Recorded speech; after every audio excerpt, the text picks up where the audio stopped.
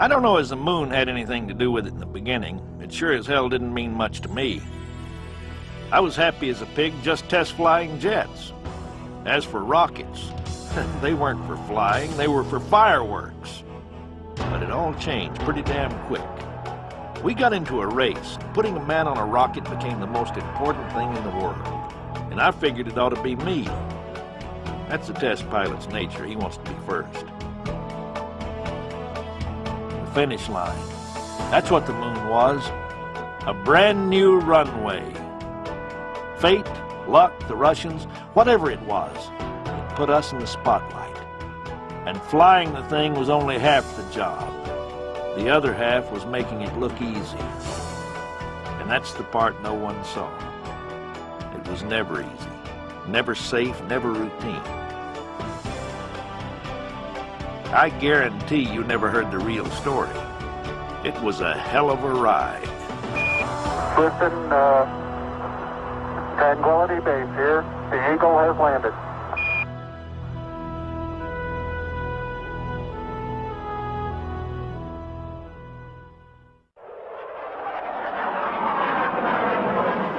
That's me, Slayton, Major Donald K. Deke to my friends. It was 1957, and I thought I had the greatest job in the world. Test pilot. Then out of the blue, I got selected for some crazy experiment called Project Mercury. For me and 6 other pilots, it turned into the trip of a lifetime. Before it ended, one of us even walked on the moon.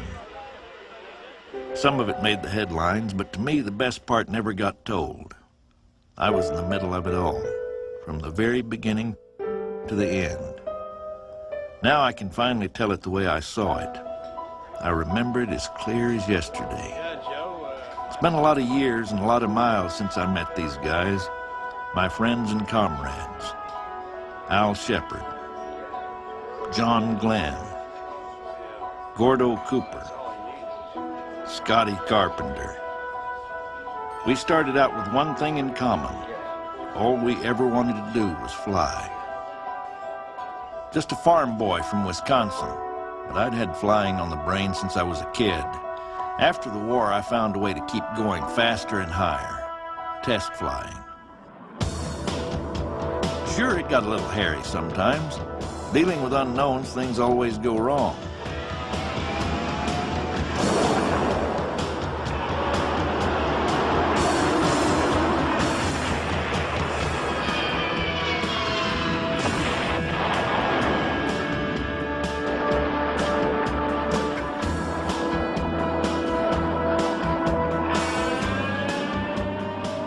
Anybody can get into trouble, but the best can get out. See, a test pilot with a problem doesn't think, I've got 10 seconds until I crash. He thinks, hell, I got 10 seconds. I bet I can save this thing. Well, maybe you can't, but you think you're the best, even if you die trying to prove it. Faster, farther, higher. That's test flying. Then overnight the game changed. Faster, farther, higher no longer meant wings and wheels. It meant rockets. Now there was a chance to fly into space and into history. We all wanted it. But out of hundreds of test pilots, it came down to 7 astronauts. And there was a lot more to being an astronaut than we realized, like press conferences. With so many to choose from, I figured these 7 would be the best damn test pilots in the country. It's my pleasure to introduce to you, But I looked around and I couldn't believe my eyes. I thought, either I don't belong here or some of these other guys don't. Malcolm S. Carpenter. Scotty was kind of a philosophical type, a bit of a poet. Not exactly the typical test pilot. Leroy G. Cooper. Gordo matched the basics, but I'd heard he was a real hot dog. Had a tendency to be a little flaky. John H. Glenn. John had gotten a lot of press for setting a cross-country speed record, but he was over age and he really didn't meet the education requirement. Virgil I. Grissom. Gus Grissom. Now here was a real test pilot. He'd flown in Korea and he was a damn good engineer. A little short, though. Walter M. Shearer. Wally was a real joker, and nobody enjoyed Wally's sense of humor more than Wally. But he was Navy, and I respect anyone who flies off carriers. Alan B. Shepard. Over the years, this guy, Shepard, would end up being my best friend. But then he was competition. I could tell he'd be the guy to beat. Donald K. Slayton. And, of course, me, the best of the seven. Wouldn't be a good test pilot if I wasn't sure of that. These, ladies and gentlemen, are the nation's Mercury astronauts. I was happy I'd made it and ready to work. But why all the publicity? We hadn't done anything yet. And the questions had nothing to do with flying. Why is it that family men were picked instead of bachelors? Don, as a bachelor, answer that, please. Walt, the only thing I can say is that the medical statistics prove that married men live longer than bachelors. And Here we were, military men, and they're asking us to get warm and personal. The question is, what is the motivation of these men? Oh, man, I wanted to be anywhere but there. Okay, my full name is Donald K. Slayton, and my hometown is Sparta, Wisconsin. And age is 35. I was nervous as hell and a long way from smooth, but the guy next to me laid it right out. I have no problems at home. My family's in complete agreement.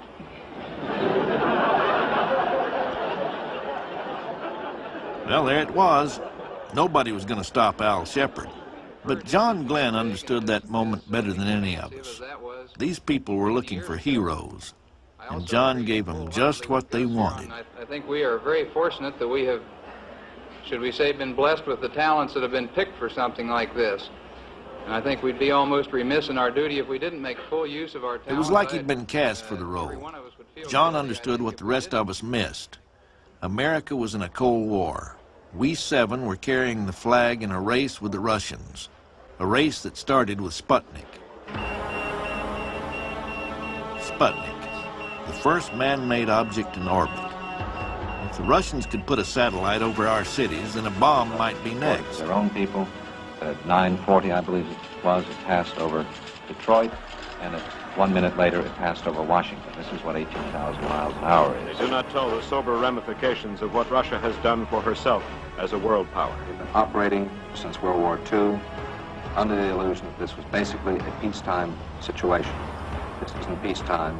This is all-out war. People were scared. If Russia could do it, why not us? What about an American rocket? As of now, the United States is strong. Our scientists assure me that we are well ahead of the Soviets, both in quantity and in quality. President Eisenhower was on the hot seat. I ask you, sir, what are we going to do about it? His answer was NASA, a program for manned spaceflight. That's where we came in. NASA needed pilots. The first word of mouth on Project Mercury made it sound pretty dumb. I can recall my own reaction when a bunch of idiots. Arrive in this big auditorium at the Pentagon with about 70 guys, 2 engineers and a shrink trying to tell us about how exciting it would be to get in a capsule on top of a rocket. And I said, where the hell's the no desk?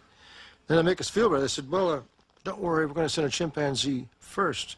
Where the hell is the no desk? But the more we heard about it, the better it sounded. Manned space flight. It just might work. And if it did, every one of us wanted that first ride, especially the guy sitting right next to me. Alan B. Shepard, son of a career military officer, Naval Academy graduate, test pilot, and husband of Louise. In the early days, all I knew about Al Shepard was that he was a hot jock in a test plane, on the fast track to Admiral stripes, and not a guy to stand in front of unless you're looking to get run over. In fact, I'm glad I wasn't around that Friday when Al read in the New York Times about Project Mercury and thought he'd been passed over. Why am I not on the list of guys who have received telegrams? And I thought, certainly they could not have overlooked me, one of the great test pilots of the Navy. So I was in a terrible mood at the end of the day.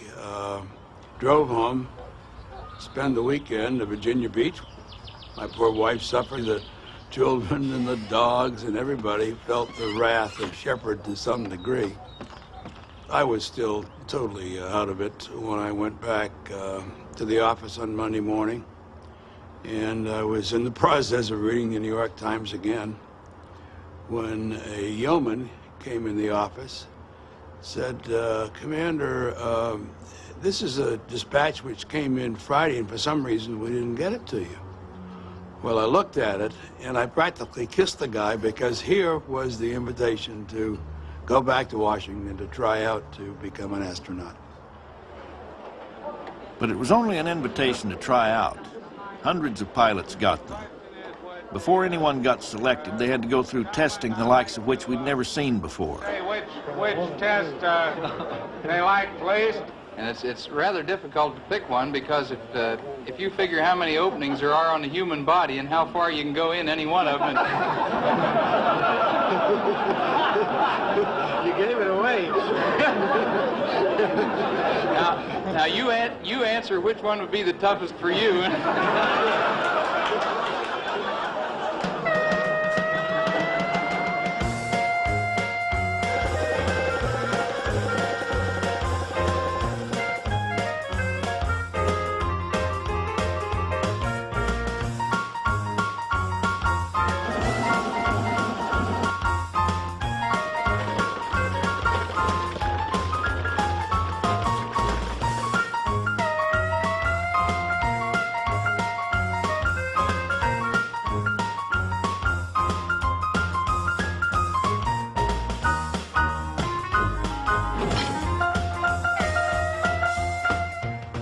One of the worst tests that I ever experienced was the time when this wasn't even a doctor. He was just a corpsman of some sort. Put this needle in my hand here, this meaty part of my hand, and then put electricity into it, which balled up my hand and hurt like the devil. And then he was taking pictures on an oscilloscope up there, which the thing failed somehow if they could smoked and everything like that. And so when my hand was balled up, he called up and wanted to get a TV technician to go fix the thing.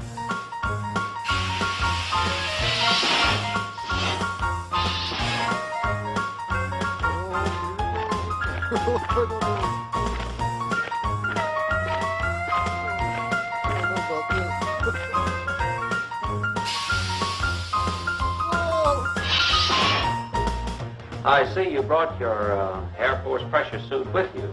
Yes? It doesn't look awfully comfortable. It isn't. Sergeant Cusey, will you stand up and move around? When they got done with our bodies, they started on our minds. It is restricting to his mobility to some extent. Dr. Garotval, I believe that Dr. Strughold referred to you as a psychologist. That's right. Now, isn't it rather surprising that a psychologist should be investigating a physical condition like weightlessness? Every time, every one of us that went in to see the psychiatrist, when we had those Rorschach tests, you know, and we were looking at nothing but a blank piece of paper. And she gave me a sheet of white paper, and she said, well, what does that look like? And I said, oh, that's easy. And he says, I want you to just look at this card and you visualize the story and then tell me what it is you see. And I said, that's a blonde woman dressed in a white leotard on a white horse riding desperately through a snowstorm. It's not really. Where do you see that? We always saw feminine attributes in there, feminine anatomy in there, only to show how masculine we were. And the psychiatrist thought we were all sex maniacs, but he passed us. So I took hold of the thing and then I turned it over and I said, you gave it to me upside down, and that did it. It was over right there. Maybe subconsciously I was trying to not get in the program.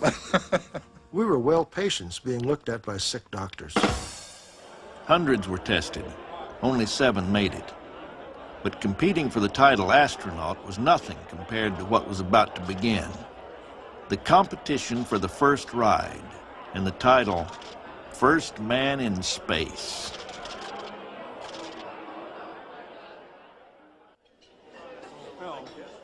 These guys look pretty tame now, sitting around chewing over old times.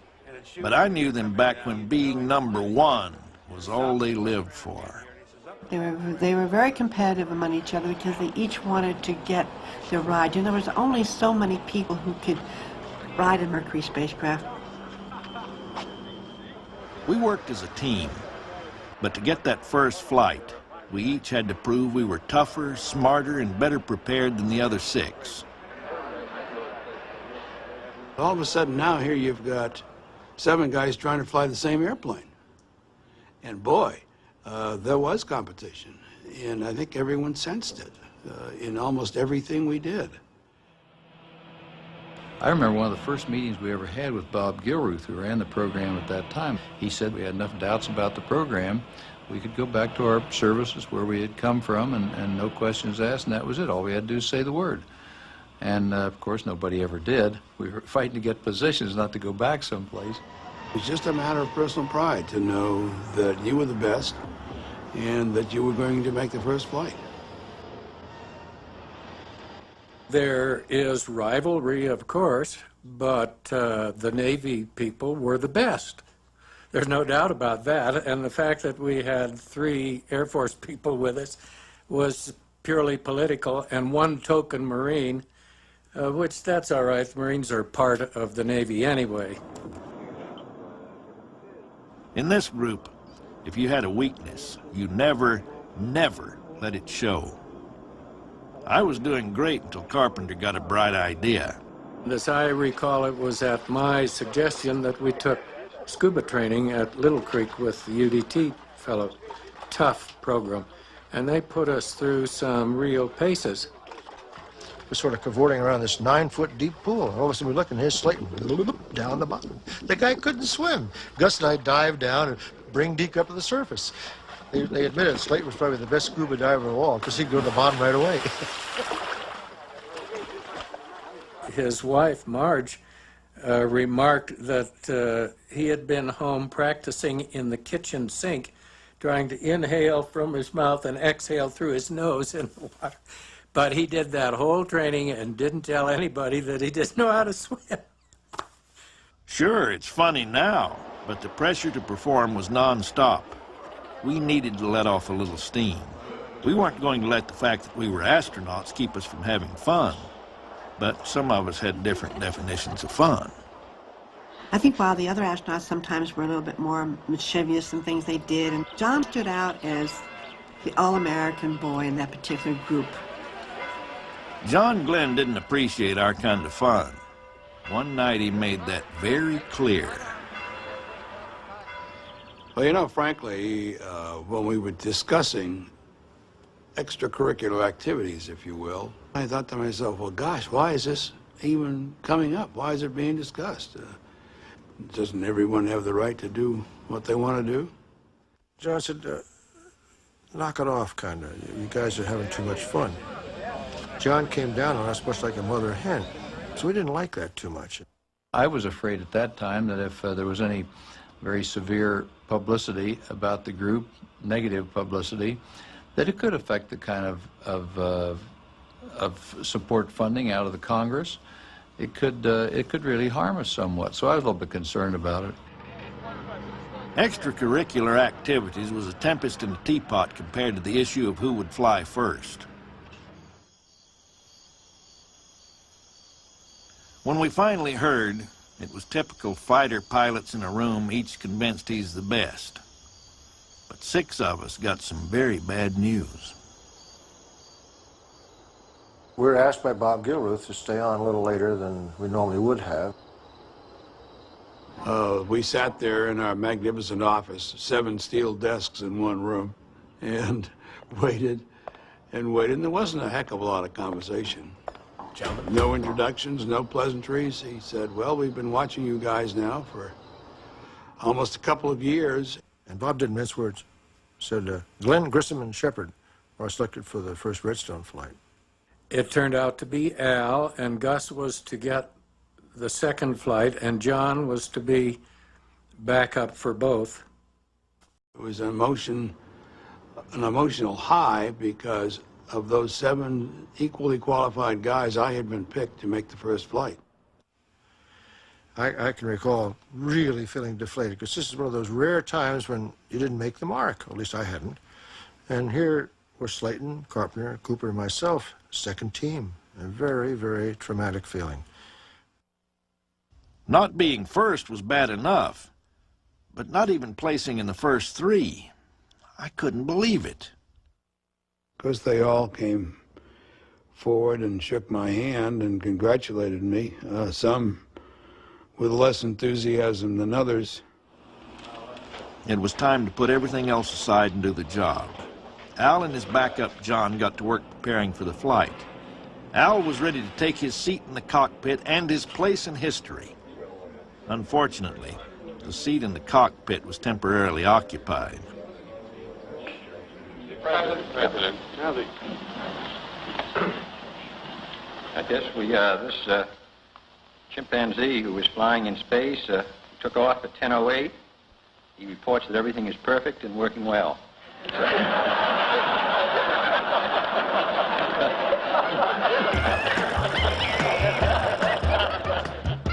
At one point, there were something like 20 or 30 animal flights.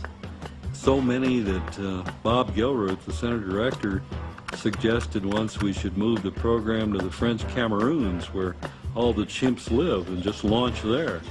Go out and pull one out of a tree and stick them in a capsule. We found all the jokes real funny. Time to feed the chimp. Spam in a can. Shepard, Grissom, and Glenn, the link between monkey and man.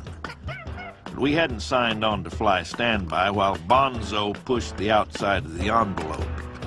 At one time, with Al, he gave him a bunch of static, you know, and I kind of mentioned to him, I said, you know, Al, if you don't like it, we can go back to somebody who works for banana peels.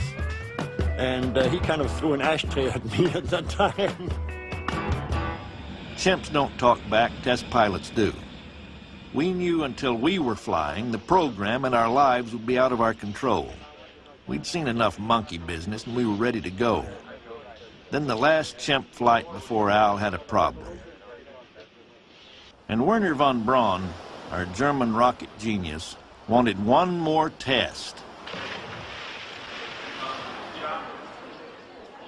The escape tower fired, but it stayed hooked on to the capsule. So the monkey got a lot higher and a lot further than he should have gone. And we said, well, heck, we know what happened. They figured out which switch it was. We said, we're ready to go. You remember all that discussion? They said, let's go. But the extra test delayed the schedule. The first man in space wouldn't be named Al or Gus or John or even Deke. It would be Yuri Gagarin, a Russian cosmonaut. I'll never forget Al's reaction. He said, look at that goddamn thing, and he hit his hand so hard I thought he was going to break it.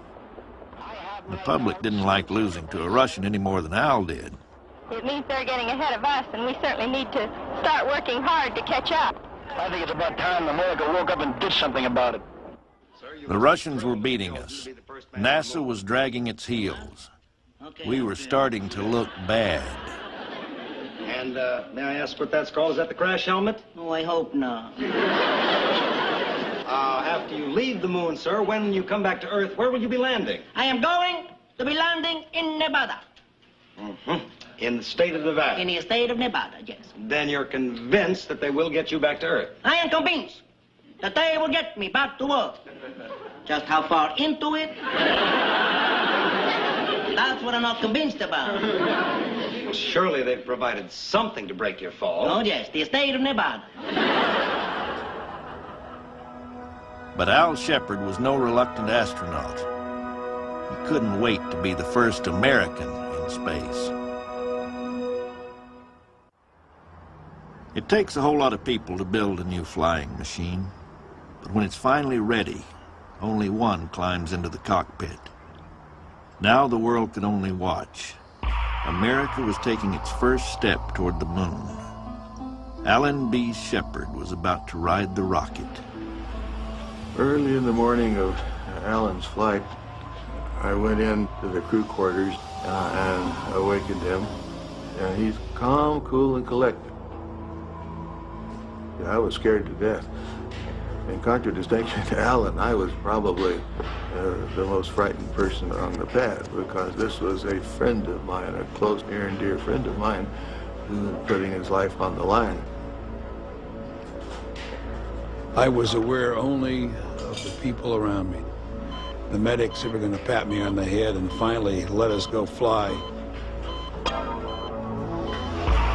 On the surface, it wasn't going to be much of a flight.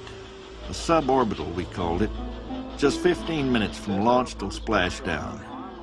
But it was 15 minutes of pure unknowns. The launch, the G-forces, re-entry. Any one of them could kill Al. He may have been cool, but the rest of us were more than a little nervous. I have seen people throw up on the launch consoles in the blockhouse because no one wanted to be responsible for a hold or responsible for any kind of a mess up.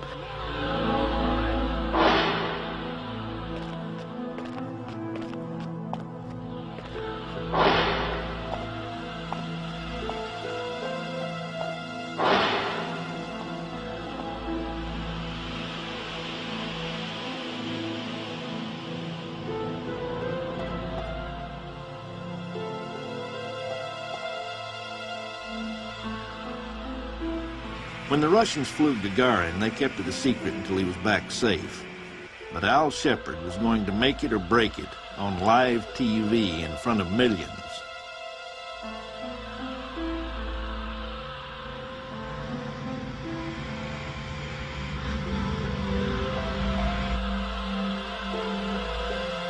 The 33-ton rocket is poised to hurl America's first man into space at 5,000 miles per hour.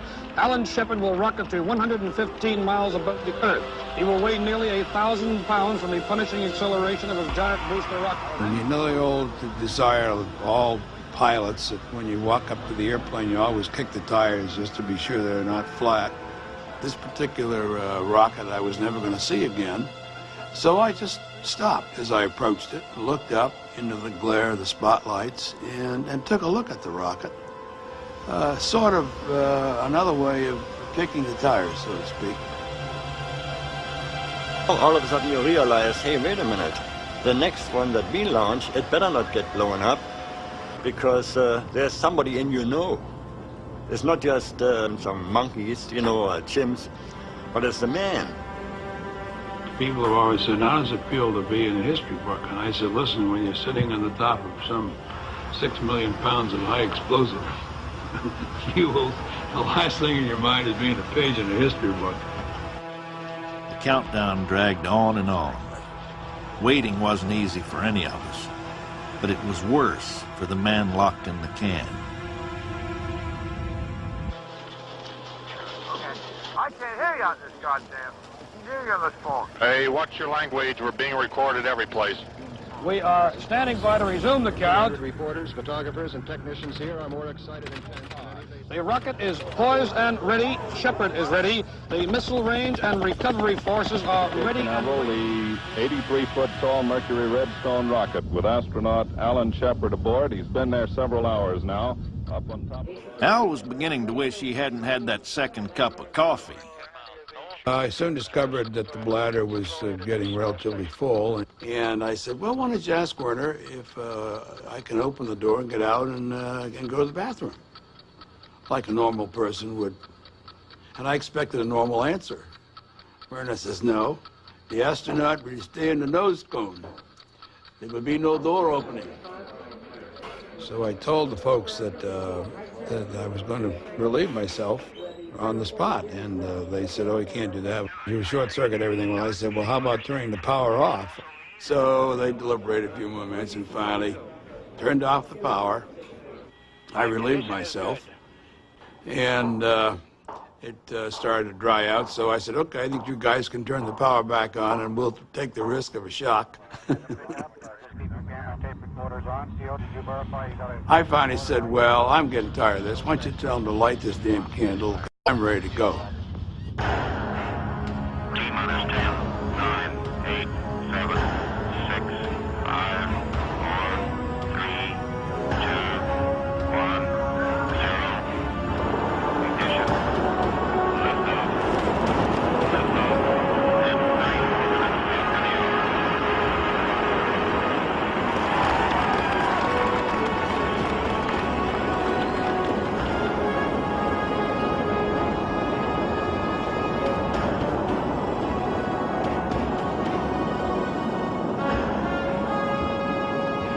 Now he was on his own. After years of getting ready, there was nothing we could do but wait.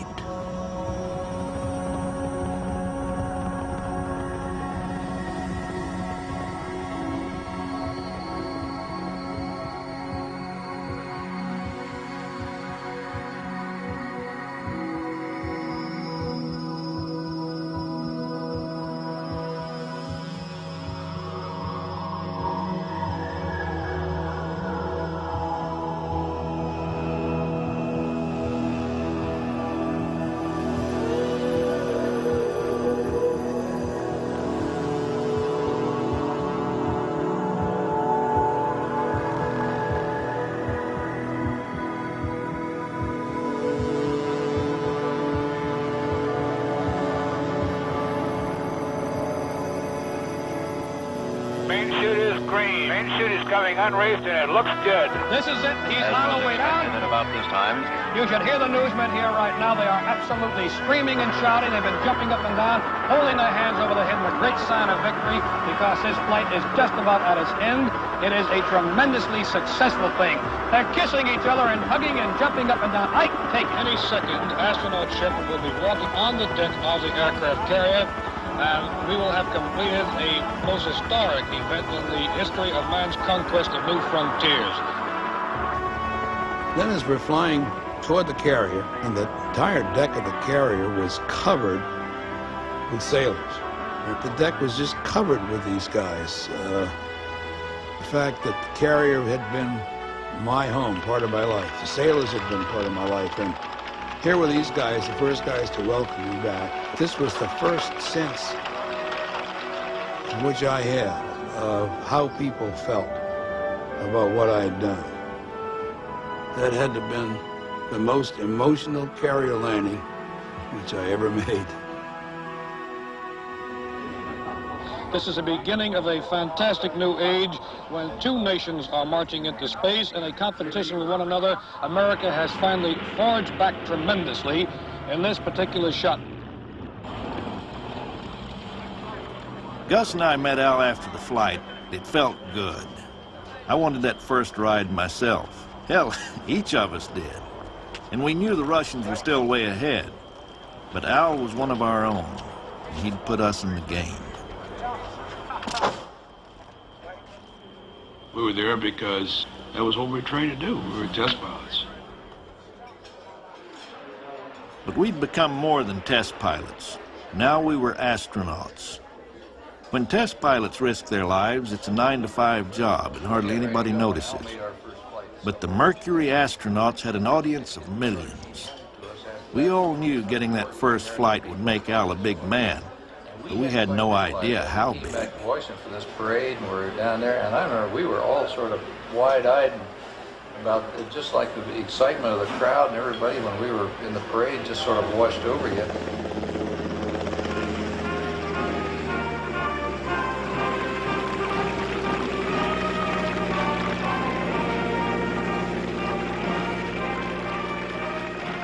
The crowd behind us has just now caught a glimpse of Alan Shepard, and you can hear what they're doing about it.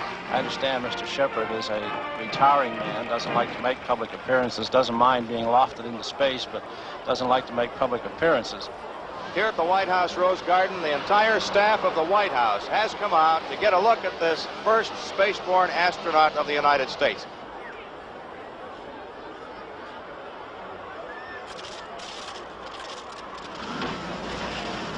I thought that last Friday was a thrilling day. Today even surpasses last Friday. And as a matter of fact, I got far less sleep last night than I did the night before the flight. Thank you very much. As Kennedy made his little speech, as he got ready to present me with the NASA Distinguished Service Medal, it slipped off the box onto the deck, onto the floor. Jack Kennedy came up with the medal first, and he said, "Shepard," he says, "I present you this medal which comes to you from the ground up," which was a great line.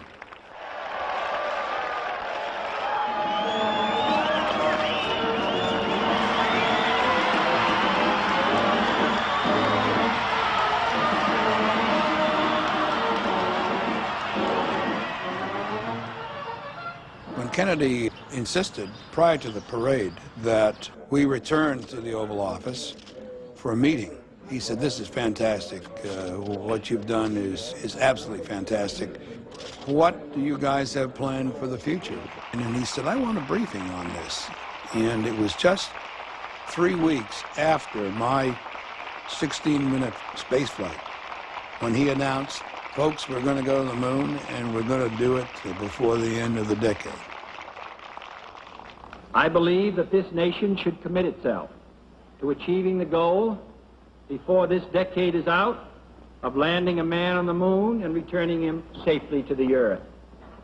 No single... Well, I remember hearing the speech and thinking to myself, my God, we have hardly begun to walk here, and this going to the moon is a tremendous step. Everybody in the community thought he was nuts. He said that 20 days after Al Shepard flew in May, and we hadn't even put anybody in orbit yet. Daring flight. But in a very real sense, it will not be one man going to the moon. If we make this judgment affirmatively, it will be an entire nation. For all of us must work to put him there. Al's flight made a believer out of Kennedy, and that speech gave the whole country moon fever. All over America, people went to work on the moon shot.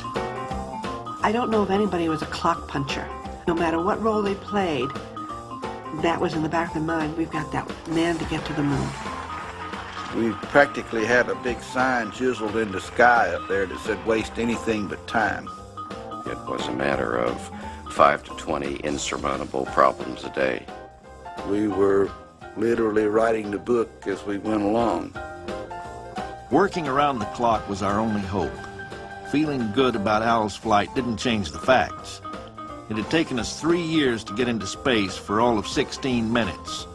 Now we had less than a decade to get to the moon.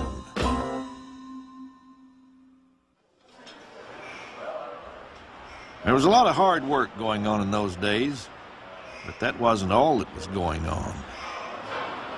Oh, and I remember another classic episode where we water skied in the surf, being pulled by a tow to a Chevy, a Corvette, right.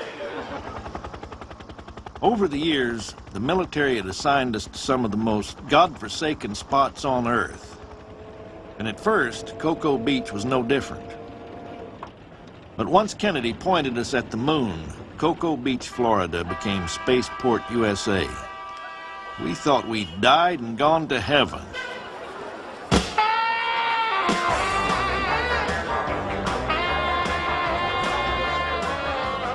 Cocoa Beach was a wild place. It was a wide open, raucous, frontier type existence. It was boomtown. Lots of pretty girls and lots of heroic men and abandon. It was like having magic goofus dust placed on your shoulder when they hung that title astronaut on you. There were women on the beach. They were there to have the attention of an astronaut. They wanted to befriend another astronaut. And, you know, I used to say, well, they've got astronaut poisoning. There were ladies in Cocoa Beach, Florida, and probably other places around the country who liked to brag about how many or which different astronauts they had managed to slip into their bed. If they only knew that it wasn't all that difficult, then they probably wouldn't have bragged that much. It's just unbelievable. And no one ever said a word. No one. It never got into the press, and no one ever said a word. No matter how hard we partied, we couldn't keep the damn moon off our minds for long. All you had to do was step outside and take a look. There it was, waiting. We had to keep moving. Now we had two priorities. Prove that Al's success wasn't just dumb luck, and get every Mercury pilot some spaceflight experience. Gus Grissom had won the second ride. We still didn't have a rocket with enough power to get into orbit, so Gus would make another suborbital flight just like Al's. Al's flight was perfect. Gus was out to do even better. Just because Al survived his flight didn't mean the next one would be a ride in the park. Gus knew the risks as well as anyone. For some reason, somebody decided they wanted to put a parachute in the cabin, so I was talking to Gus about it. I said, okay, we'll get it put in. I said, but I don't think it'll do you any good. I don't think you can get it on. And his retort was, well, it'll give me something to do until I hit.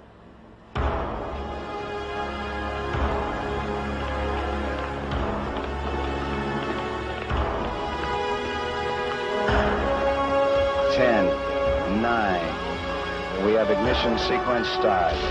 The engines are armed. 4, 3, 2, 1, 0. We have descent. We have liftoff.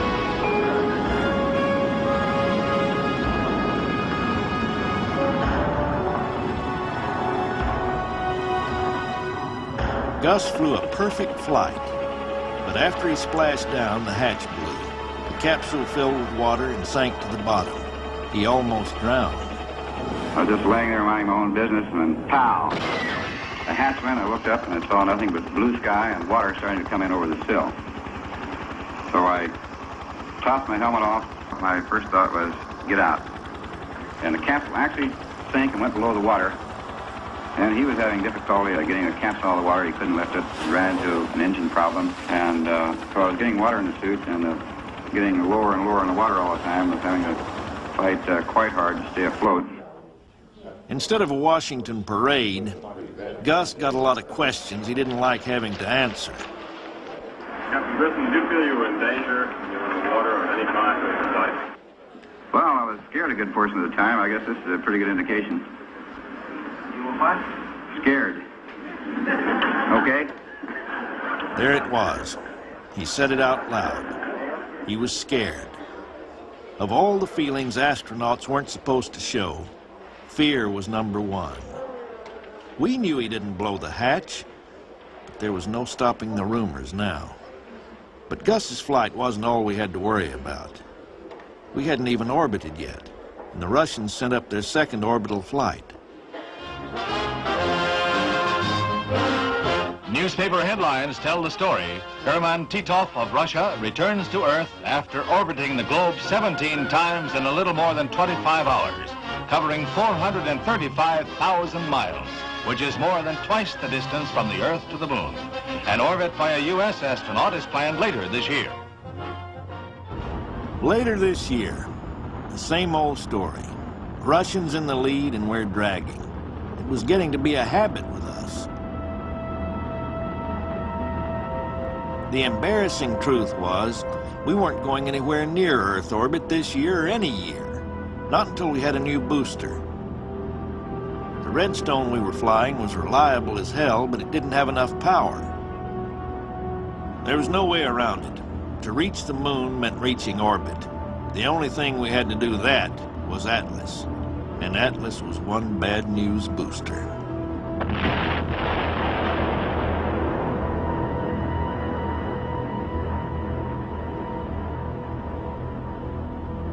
This was the only rocket we had to get into orbit.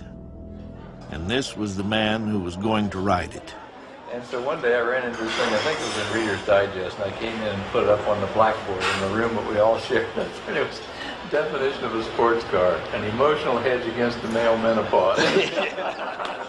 There's a brand new bunch of astronauts, and we're going to go down. This is supposed to be a big conference builder to let us see a big booster take off. So we go down, and it's a beautiful, clear, starry night. And so this thing lights off, and the hold down bars pull back, and the thing starts up, and so theatrical anyway. Just the nature of it looks like it was staged by Hollywood or by Disney or somebody, you know, with the searchlights, and it's quite impressive. And we're watching the thing go, and up it goes, and we're watching it hit the high Q point up there, and instead of going on through it like it was supposed to, it blew. And it looked like an atomic bomb went off right over us. So we all look at each other, you know, and that's the thing we're supposed to ride, you know. So we had a few discussions with the engineers after that. So they went back, and in fact, Deke was the one who followed, in particular, the booster problems that we were having.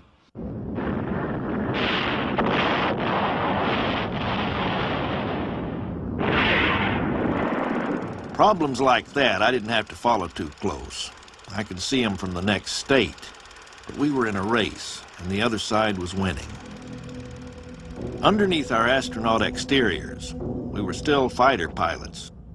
NASA could worry about the Atlas till the cows come home. To us, the situation was pretty damn simple. There was a mission to be flown. It was dangerous. If John didn't make it, there'd be 6 of us left. And don't kid yourself. As soon as the funeral was over, we'd be lining up to take the next ride.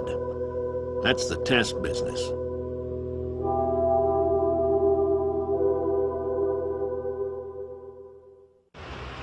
The capsule will be hurtled into the heavens by a mighty Atlas rocket. A failure in any one of the thousands of parts of the rocket could mean death for the red-headed test pilot who volunteered for space flight because of the challenge. John Glenn was about to ride the Atlas, a rocket that had a nasty habit of blowing up. But we had an appointment with the moon. 3, 2, 1, 0. Good Lord, ride all the way. You got speed, John Glenn. All engines are running. We have liftoff. We have liftoff. The Atlas missile has lifted off with a pad and is rising steady into the sky. And John Glenn, Jr. has begun his first orbital ride around the Earth. Roger, 0G, and I feel fine. Capsule is turning around. Oh, that view is tremendous. They were so concerned that you not be distracted by other things that the original plan was that I would not even take a camera along. I thought this was getting to be a little ridiculous, and I said, look, I'm going up on this thing, and this is going to be a new view of things, and I think we at least ought to have a camera on this. Friendship 7, Bermuda has you. Roger, Bermuda, stand by. This is Friendship 7. The first orbit was beautiful. Then John started going on and on about something outside his window, and we started wondering if there was a screw loose up in the spacecraft. This is Friendship 7. I am in a big mass of some very small particles that are brilliantly lit up like they're luminescent. George Ruff, who was the psychiatrist that followed us around in those early days, and George sat in the back of the room, and I was describing these very seriously and talking about them, and George cocked his head and said, "And what did they say, John?" 15 minutes later, we all stopped laughing. Go ahead, Jim. Roger, you do have a valid impact bag signal up at this time. A valid what? A light in mission control said John's heat shield was loose. At 17,000 miles an hour, when he re-entered, the friction would heat the capsule to 3,000 degrees. Without that shield, he was a dead man. This is Al Shepard. Yeah, we want to be damn sure on this one. We've been talking about it on the ground for a long time. You didn't know anything was going on up there. And I was Capcom. And it was my job to tell you what we were, that your heat shield was loose and might fall off. You remember that one? I remember very well. You sort of talked around it a little bit about what is your indication of this switch, and you have this warning light, and I knew from the questions there's only one thing that could be indicated. And then finally, a decision was made to leave it on and make the re-entry with the retro pack. Package forward to the entire re-entry. Do you read? This is Friendship 7. What is the reason for this? Do you have any reason? Over. Not at this time. All we could do was tell him not to jettison his retro pack. There was a chance it might keep the heat shield on and keep John alive. Go ahead, Cape. You're going out. John was hitting the atmosphere. Now the heat began. If he was going to burn alive, it would happen in the next 5 minutes. We wouldn't know till it was over. The same friction that might kill him also blocked all radio signals. We could only wait and hope and keep listening. 7, this is Cape. Transmitting blind. Keep talking, Al.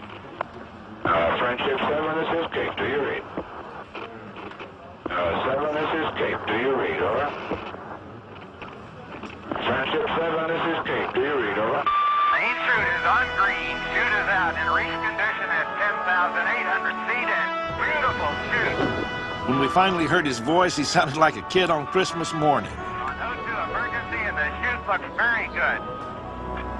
If John had died, the whole program might have died with him. But he didn't, and now he was a made man. The Navy sent a chopper to pick him up, but he didn't really need it.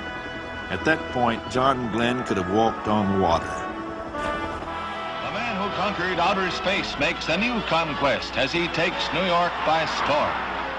Al's reception had been big, but this was unbelievable. John's flight moved people.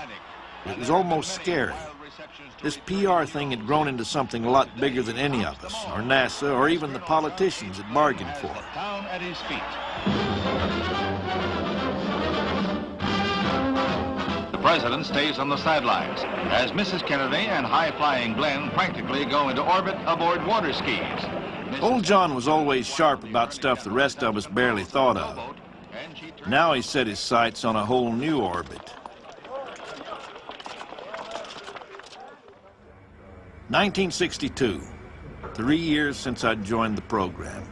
I'd been poked and prodded by doctors, paraded around for the press and politicians. I'd mastered every simulator, passed every test. Deke Slayton's time had finally come. The next flight was mine. Is that your capsule sitting back there? Yes, it is. How do you feel about it being out in the elements here this afternoon? Oh, I don't mind it being in the elements if somebody was working on it. You're raring to go? Yes, sir. You're damn right I was raring to go. John Glenn had taken us into orbit, and just surviving it was so remarkable it made him a legend. Now I was going to do it again and prove that the remarkable could become routine. And if I say so myself, I was the best pilot for the job.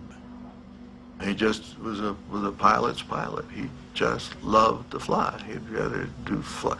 If he couldn't fly, he'd die. And then the worst thing I could ever imagine happened. I was grounded. This is a diagnosis of paroxysmal atrial fibrillation. The only decision that has been made is that Deke will not take the next mission in the MA-7. An irregular heartbeat. I'd had it for years and nobody blinked. Now, just months before my flight, NASA got nervous. If anything went wrong, they didn't want to look bad. I was grounded. Feeling going to go average. I'm disappointed.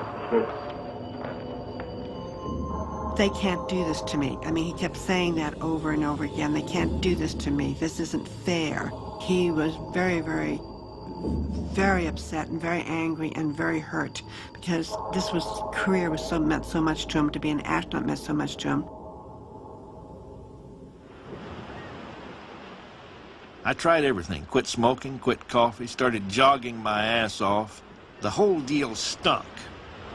But I figured it was temporary. I'd get the next flight. But for Wally Schirra, things were looking up. He was my backup. He thought. I was off on a trip somewhere. I remember I flew back into Langley in one of our planes, probably a 102, and landed and came by Scott Carpenter and Reen Carpenter's quarters, and my wife was there and the rest of the gang. And as I drove up my little flashy yellow Healy, Scott came out before I even got to join the group and said, Wally, we got a problem. Deke's grounded. Immediately I thought, oh, God, it's my flight. And Scott looked at me and said, no, it's not your flight, as if he read my mind. He said, it's my flight, and you'll be my backup. Thud. Another shot in the rear end.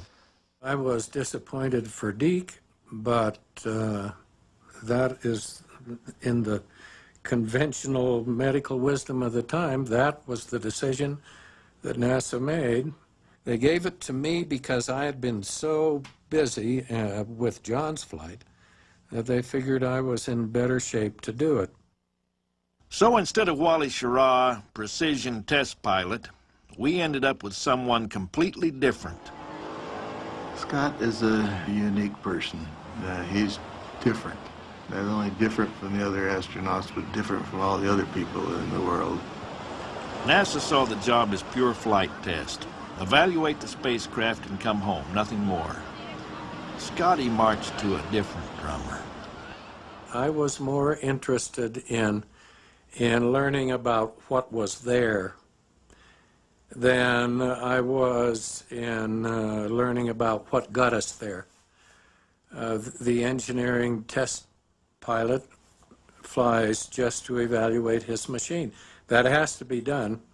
But my drummer told me that this is a marvelous opportunity to look at the space environment. 4, 3, 2, 1, 0. I feel the liftoff. The clock has started. From the moment he lifted off, Scott wanted to report the feeling, the human experience of being in space.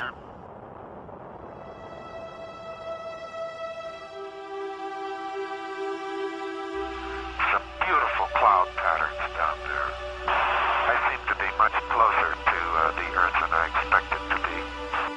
Scott was like Mr. Wizard up there. He wanted to understand the unknowns of space, like John Glenn's fireflies. It's hard to realize this now. There were so many unknowns in the early days.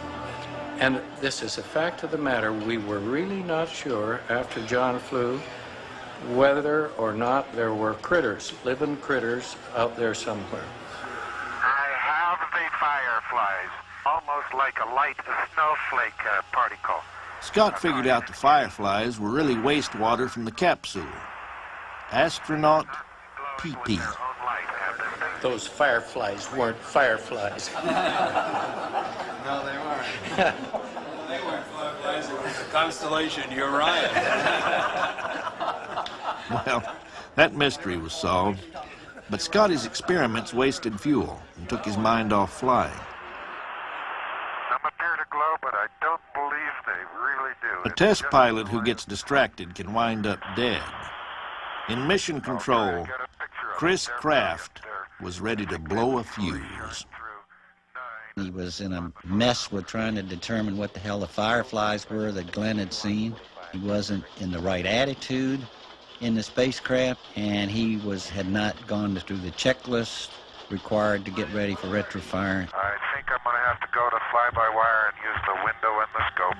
Scott was 3 seconds late firing his retro rockets. At the speed he was going, 3 seconds late meant he'd land hundreds of miles off course. But even worse, he was out of fuel. There was that flaming piece coming off. Almost looked like it came off the tower. Oh, I hope not. No fuel. No way to steer. If the angle of re-entry was off, he'd burn alive. I do remember thinking, maybe I won't make it, and this is really tight, but thinking to myself, I ought to be worried about this, but I really am not, and I thought at that time, I feel almost like I'm somewhere else looking at this situation, interested, but not involved. And I thought, isn't that handy? This is Mercury Control.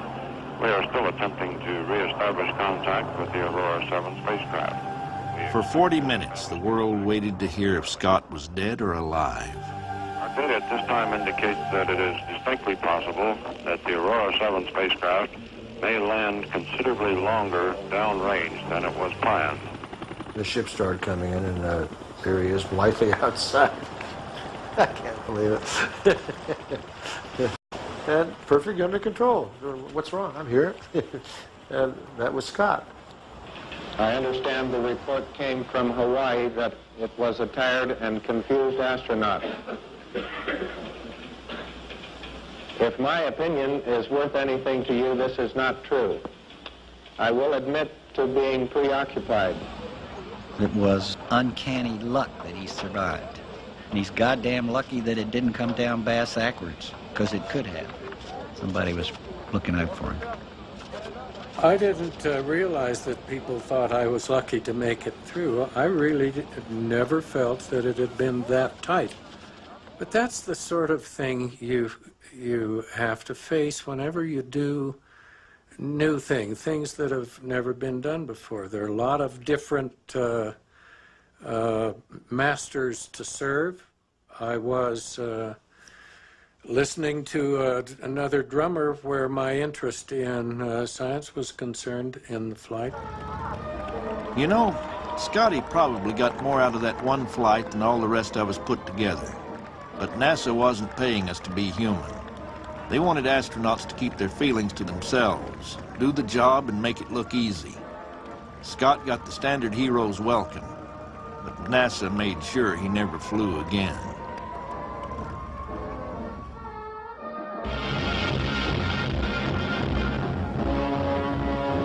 The Russians chalk up another victory in the space race as they put 2 manned spacecraft into orbit within 24 hours of each other. 2 spacecraft up at once, within sight of each other.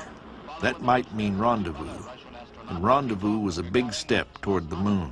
Tracking stations indicate that there is little doubt of the success of the Russian feat, that is seen as 2 years ahead of the U.S. effort. Now the Russians were flying for days at a time. We could only manage a few hours. After nearly losing Scott Carpenter, the program had to regain credibility. On our next flight, we had to perform better and stay up longer. And Wally Schirra was the guy to do it. I've liftoff, watch it started. As you feel real nice. Typical Wally. He cut out every science experiment he could. He had one goal, to fly the perfect mission. Thought you'd riding beautiful, Dick. And he did it, a textbook flight. But the world hardly noticed. Wally had splashed down in the middle of the Cuban Missile Crisis.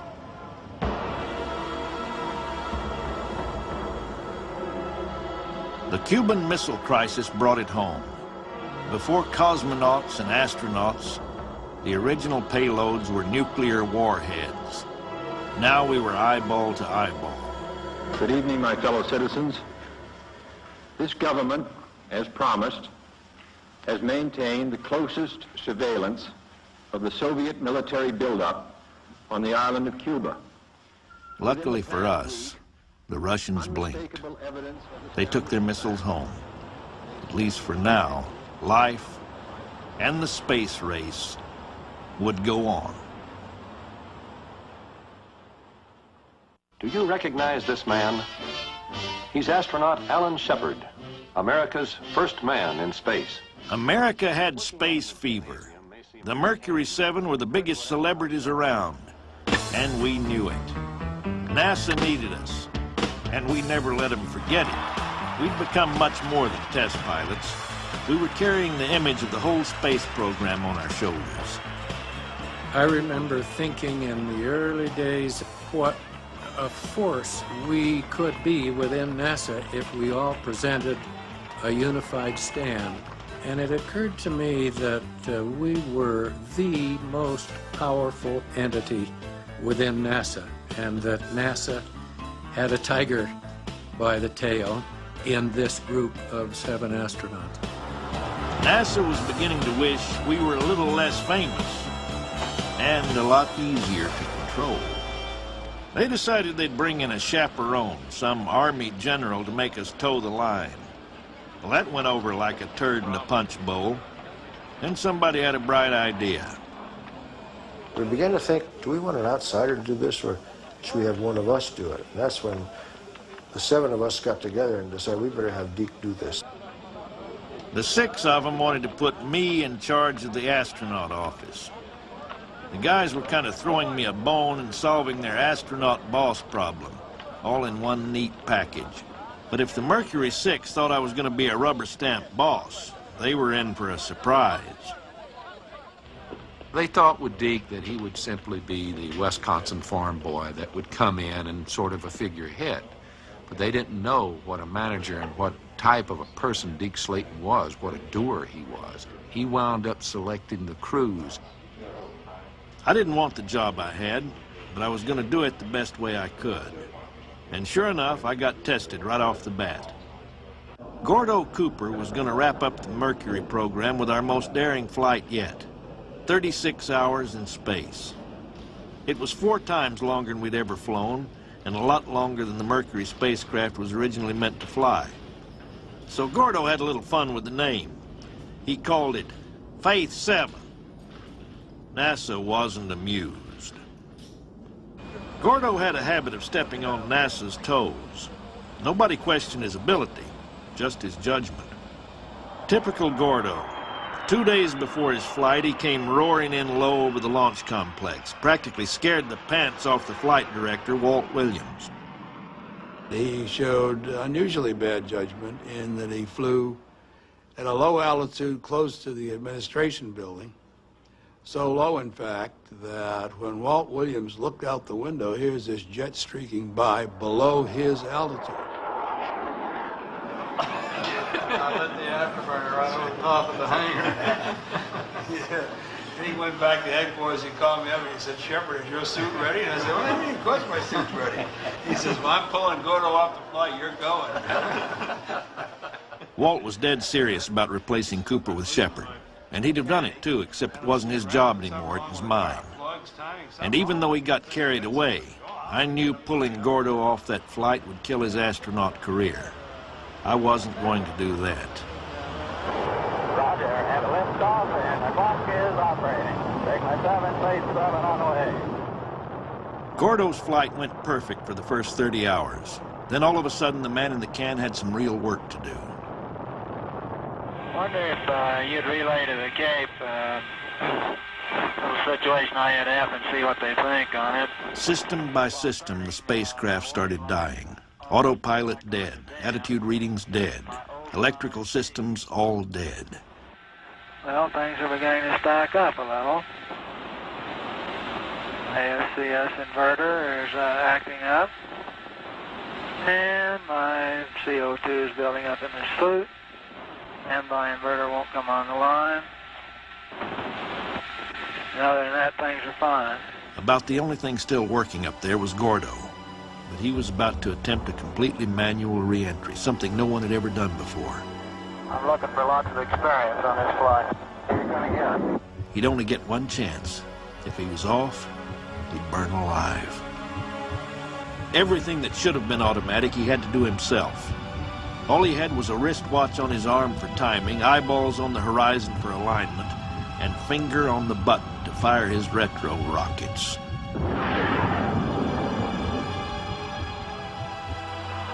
And he did it perfect.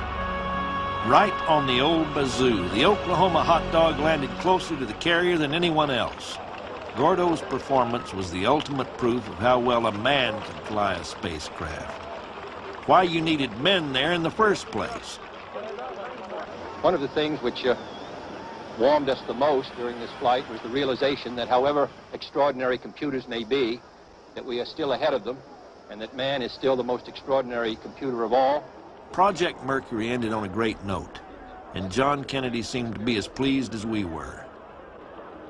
He came down to the Cape to have a look at the huge new Saturn booster they were building for the moonshots. His baby. It was November 18th, 1963.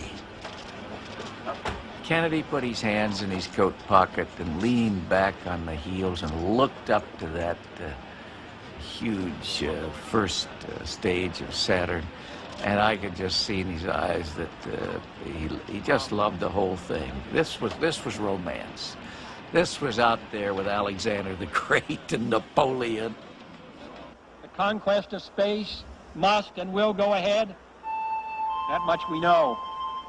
That much we can say with confidence.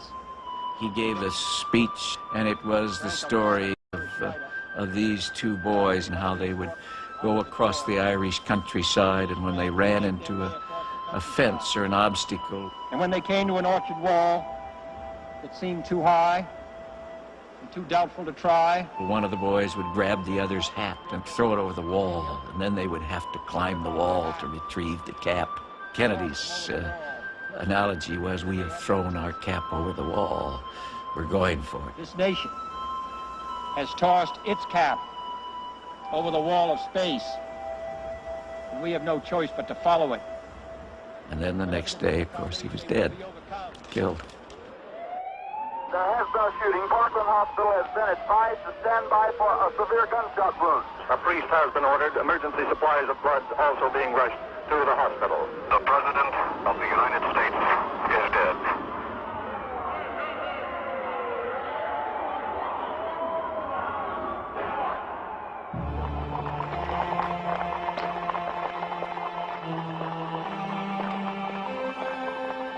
terrible news. But I got to tell you, after the shock, my first thought was, what will this do to the program? I knew we'd lost a big fan.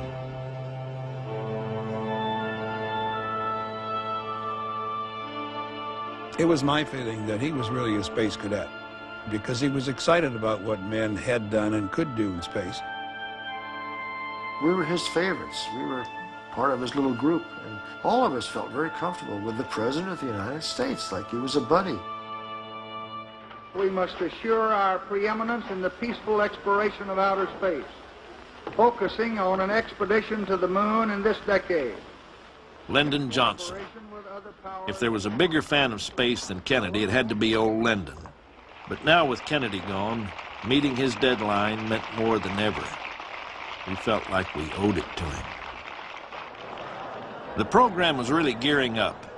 Now with Mercury over, we entered the next phase, Project Gemini.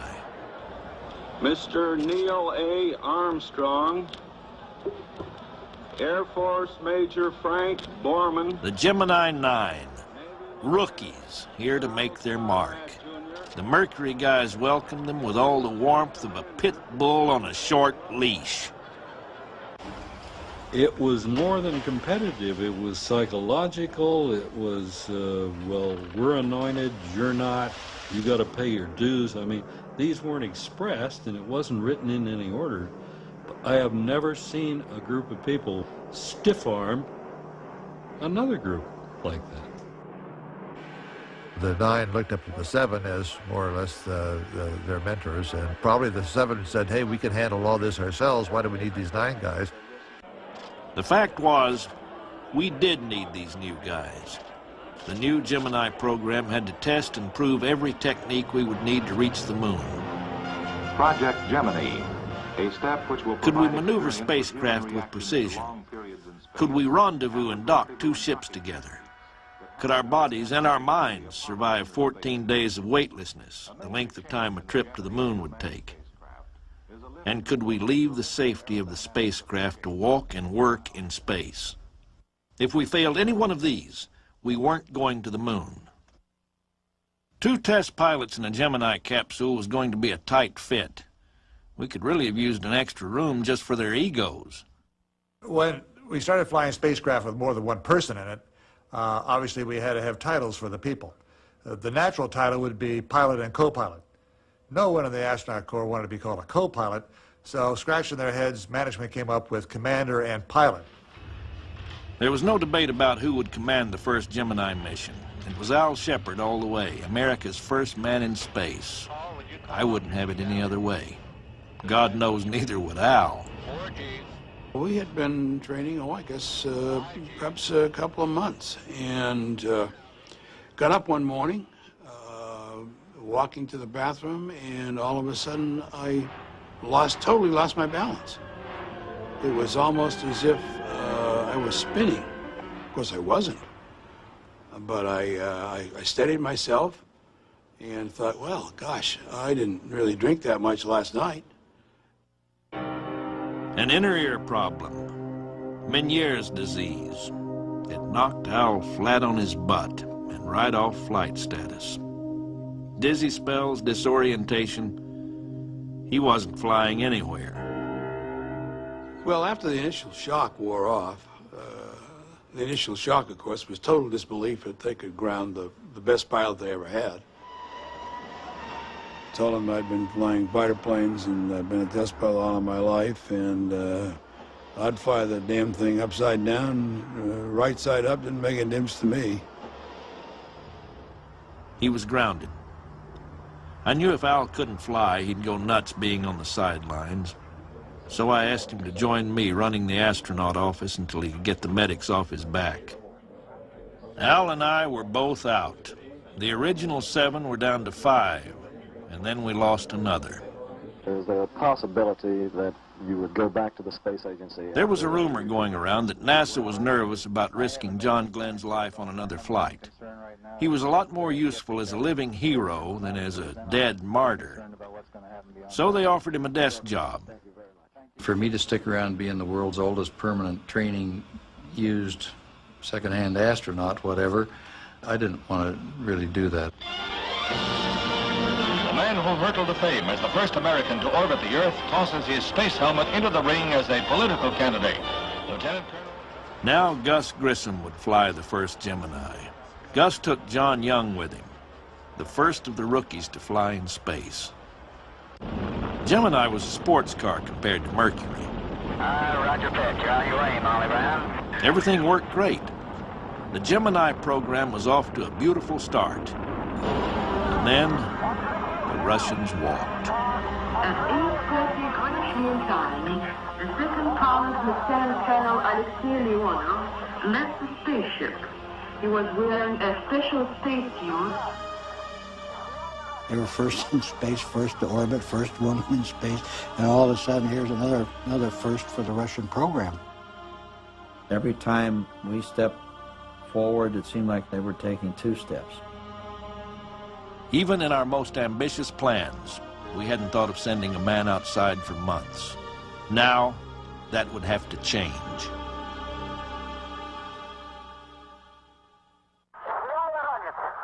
The Russian spacewalk was their most impressive first since Sputnik.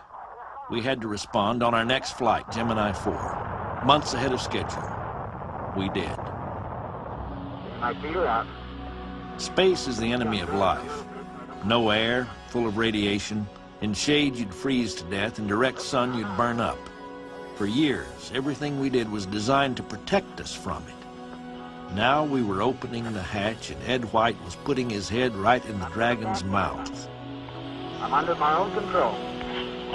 We held our breath. Okay. So far, so good. Okay, I'm coming over. It looks beautiful. I feel like $1 million.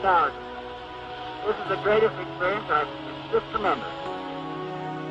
I think that once you get out and float, thinking that you're a couple hundred miles up in space and there's nothing below you except way below, and it's sort of a tranquil or lethargic experience that you sort of want to just enjoy it. Right now, I'm standing on my head. I'm looking right down. It looks like we're coming up on the coast of California.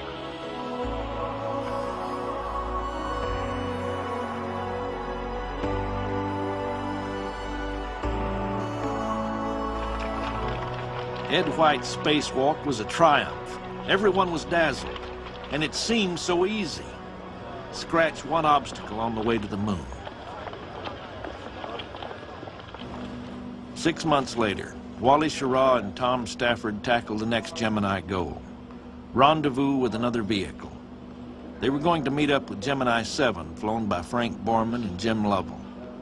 It would test a critical step on the way to the moon. This was the kind of mission Wally loved. Pure precision flying with almost no science experiments. You're cleared for takeoff. Roger, adios. -5, 4, 3, 2, 1. Ignition. But no liftoff. It just sat there, and we waited for it to blow. Wally and Tom were left sitting on a ticking bomb, a mountain of high explosive fuel, just waiting for a spark. Perfect countdown, 5, 4, 3, 2, 1, 0. Clock started, no liftoff. It was much more traumatic than that, of course. But it happened, the engines came up to speed, and it stopped.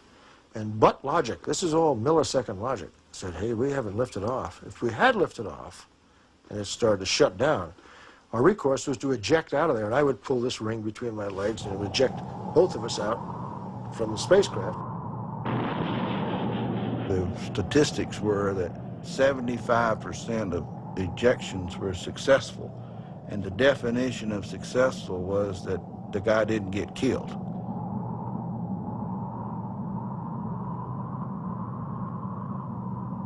Wally ignored the rules and followed his instinct. He didn't pull the escape ring. It was a gutsy move. Full tanks are venting.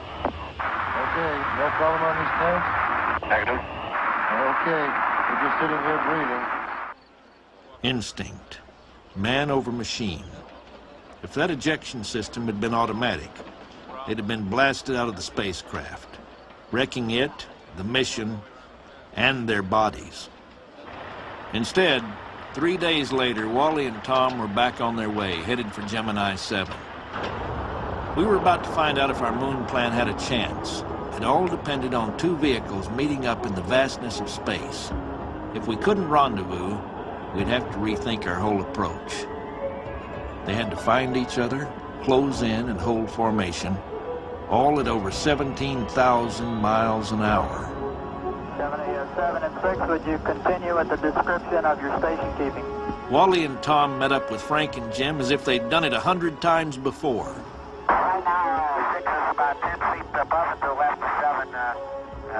We're just flying nose to nose, approximately 15 feet apart.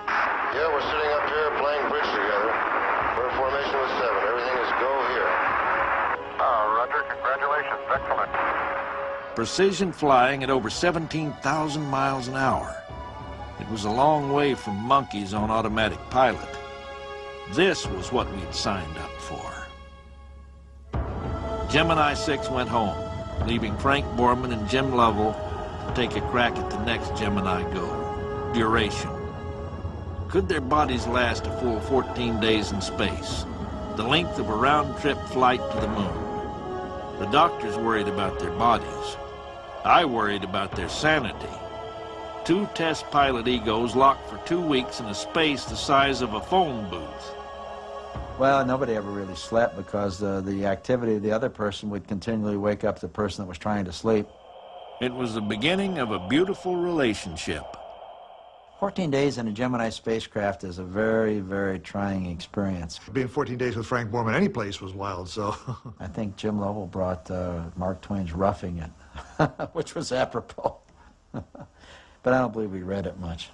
There was a song that was sung by Nat King Cole, and I'm trying to think of what the name of it was. We sang it for 14 days, sang, it's Put Your Sweet Lips a Little Closer to the Phone, Nat King Cole. Put your sweet lips a little closer to the phone. Put your sweet Let's lips a little pretend closer that to you the and phone. I Let's pretend that we're together all alone. That went on for 2 weeks. And of course, Borman and I were alone.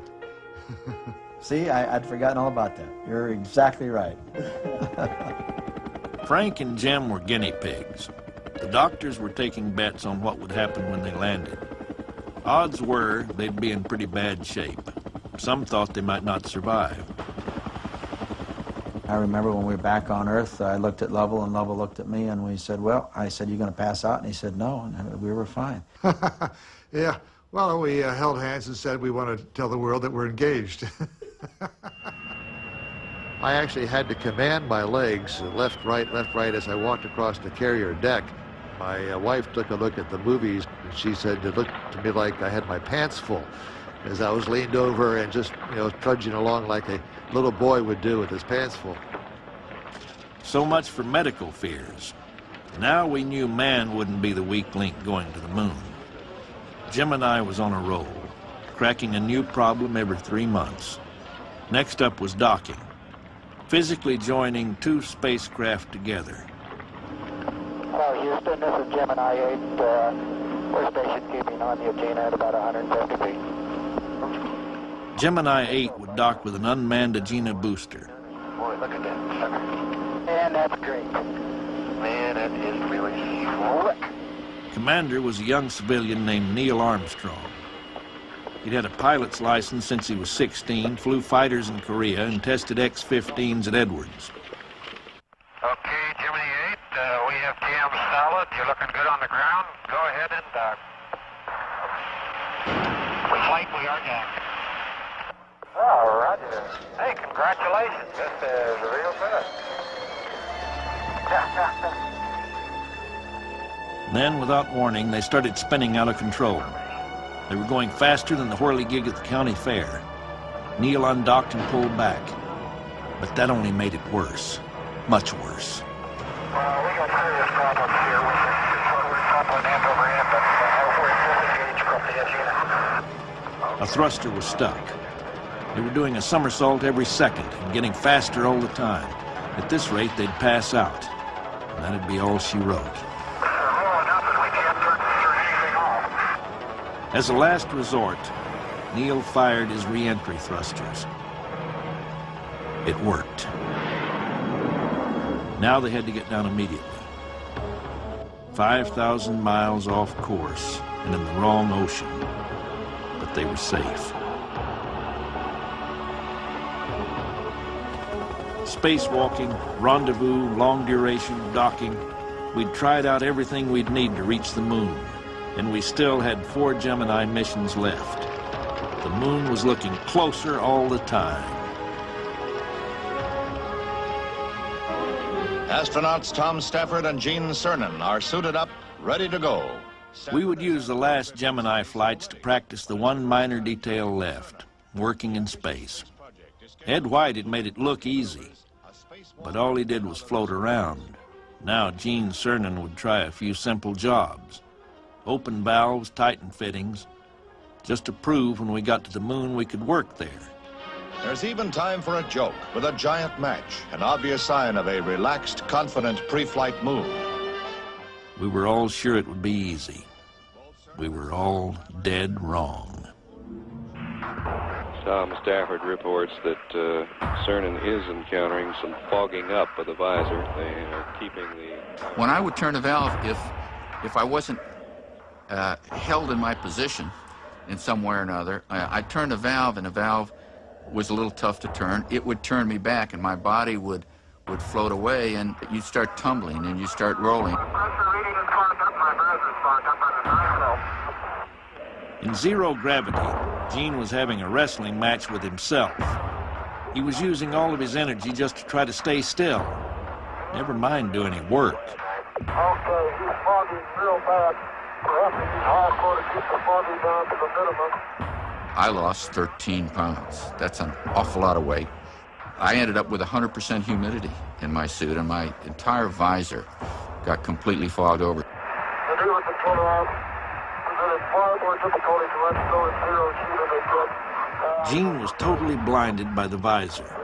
He was physically exhausted, near collapse, and getting back in that spacecraft was something no one else could do for him.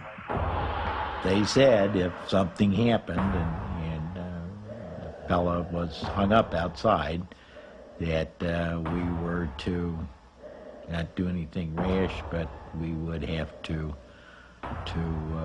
eventually release him and close the hatch and bring the vehicle back. There's no way Tom could have re-entered successfully had he been towing me behind him. First of all, I would have burned up and been killed during re-entry, so what's the use of going through that? Second of all, he probably would have burned up himself. He would not have been able to close the hatch, and so instead of losing one man, we would have lost 2. Blinded, almost passing out, Gino finally made it back inside. We were starting to realize there was a lot about working in space we just didn't understand. Now, let's just sit down and take a rest. When Dick Gordon tried it on Gemini 11, he just about lost it too. How you doing? Tired, Pete. All right, just rest. Working in space was looking like the showstopper. We had guys exhausting themselves almost into unconsciousness. If we couldn't get out and work, going to the moon would be nothing but a sightseeing trip. Obviously, we needed to rethink the problem. It was time for a new angle, a different take, a different kind of guy. A really different kind of guy. I think I understood the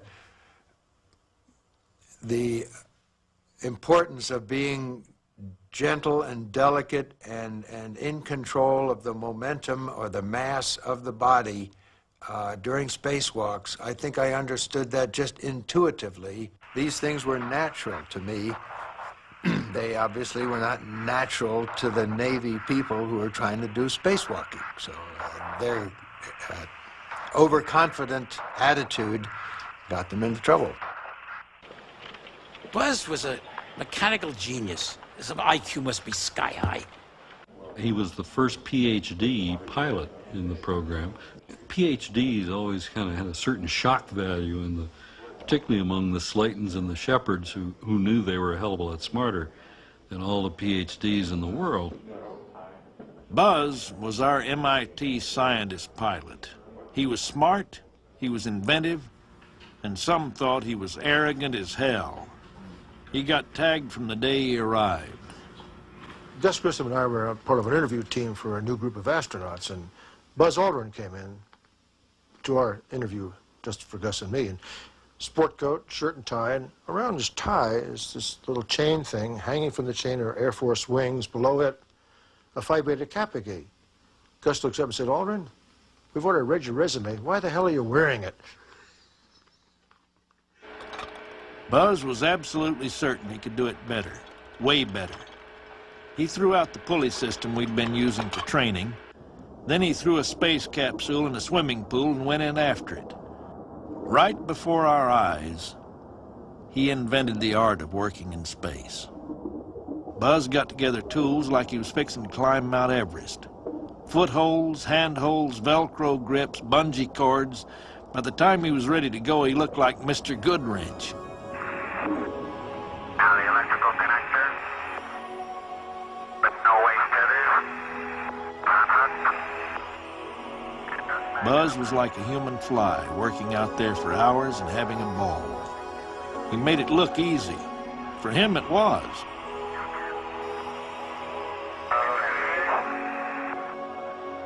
Gemini 12, Houston Capcom, 1 minute to LOS. New EVA record, beautiful job. Say what you want about Buzz Aldrin, but be sure to add the word successful. He succeeded where everyone else failed and put us back on track toward the moon.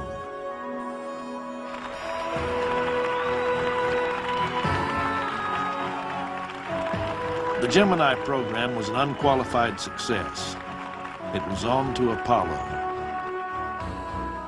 In Mercury and Gemini, a total of 26 astronauts have logged a total of 1,900 hours in space, covering 35 million miles.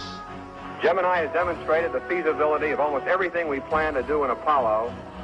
Gentlemen, the Gemini program is now officially completed. In the 5.5 years since Al Shepard's flight, we'd come a long way. We hadn't heard from the Russians in a while. For all we knew, we were ahead. We'd learned a few lessons the hard way, paid some dues. The moon now seemed so close we felt like we could touch it. But we'd soon find out, on our first attempt, we'd almost push it away forever.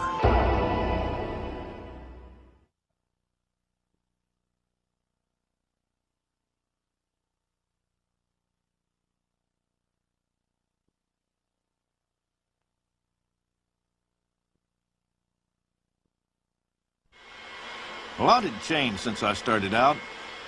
Back then, the only thing that mattered was flying. That's me, Slayton. Major Donald K. My friends call me Deke. Going faster, farther, higher was all we cared about.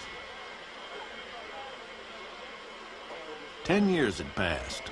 Now it was 1967. The moon was the center of my life. And right then it felt pretty damn close. Down on pad 34, the moon rocket was ready for its first flight. Pad 34. Man, if this place could talk.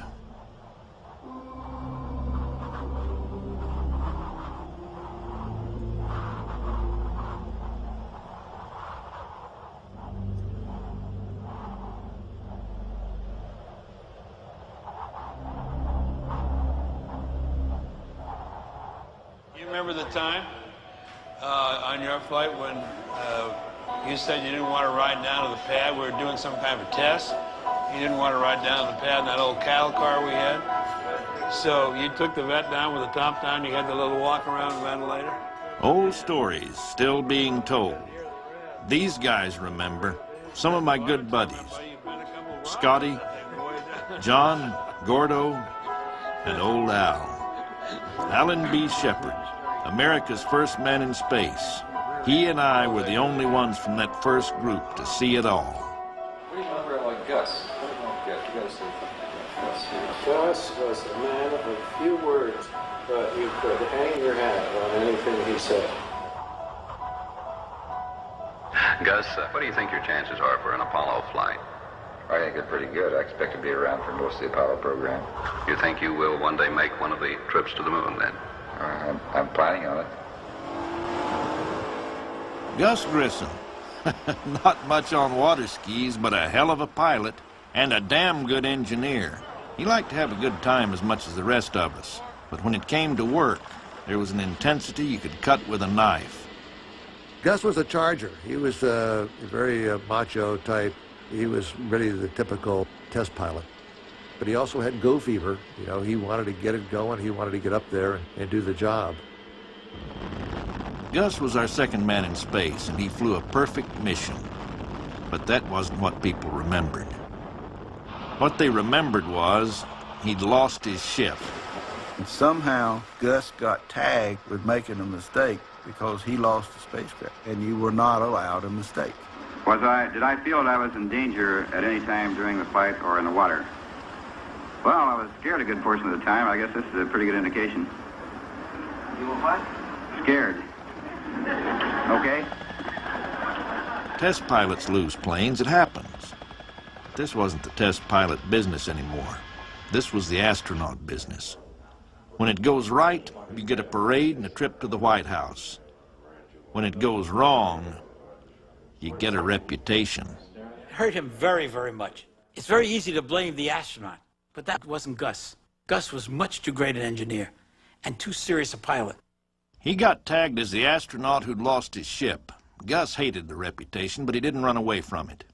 He stuck it right in everybody's face. On his next flight, he named his spacecraft the Unsinkable Molly Brown.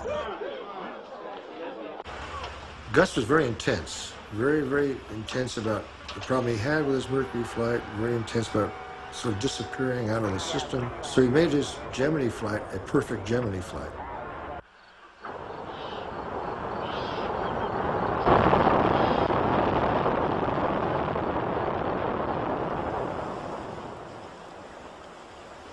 This time the ending was perfect, too. After splashdown, he got seasick, puked his guts out, but he wouldn't open that hatch until the chopper had a firm grip on the capsule. He'd made his point. Gus wanted that first Apollo ride. Now he would get it. Apollo, a moon ship for a 500,000-mile journey. The most impressive flying machine ever built. It made the Mercuries and Geminis we'd been flying look like something from the Wright brothers. This was probably the most complex thing ever put together by humans.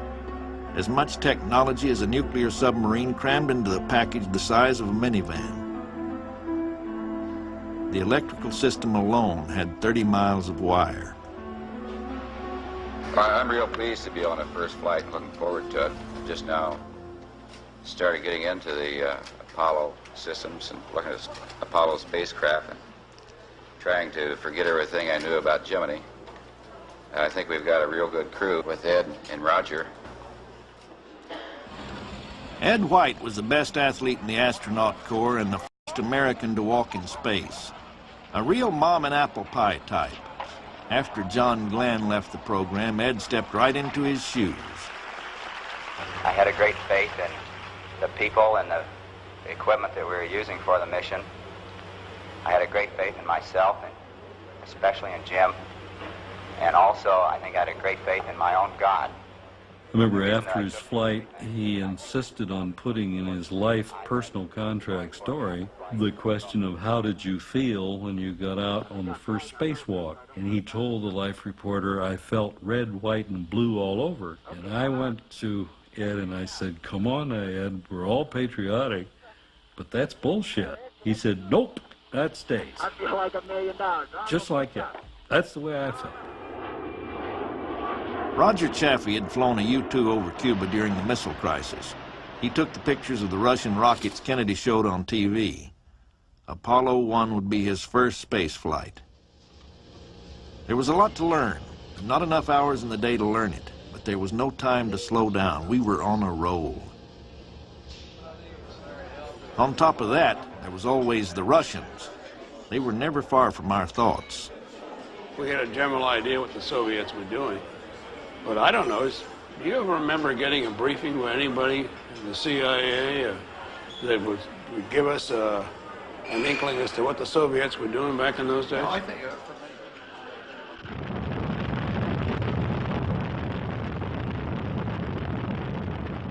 we knew that they were planning to go to the moon.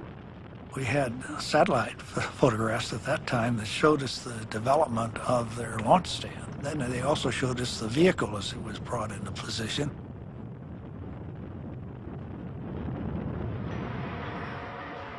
The Russians weren't the only pressure. We'd been keeping our heads down since 1959, eating, sleeping, breathing spaceflight.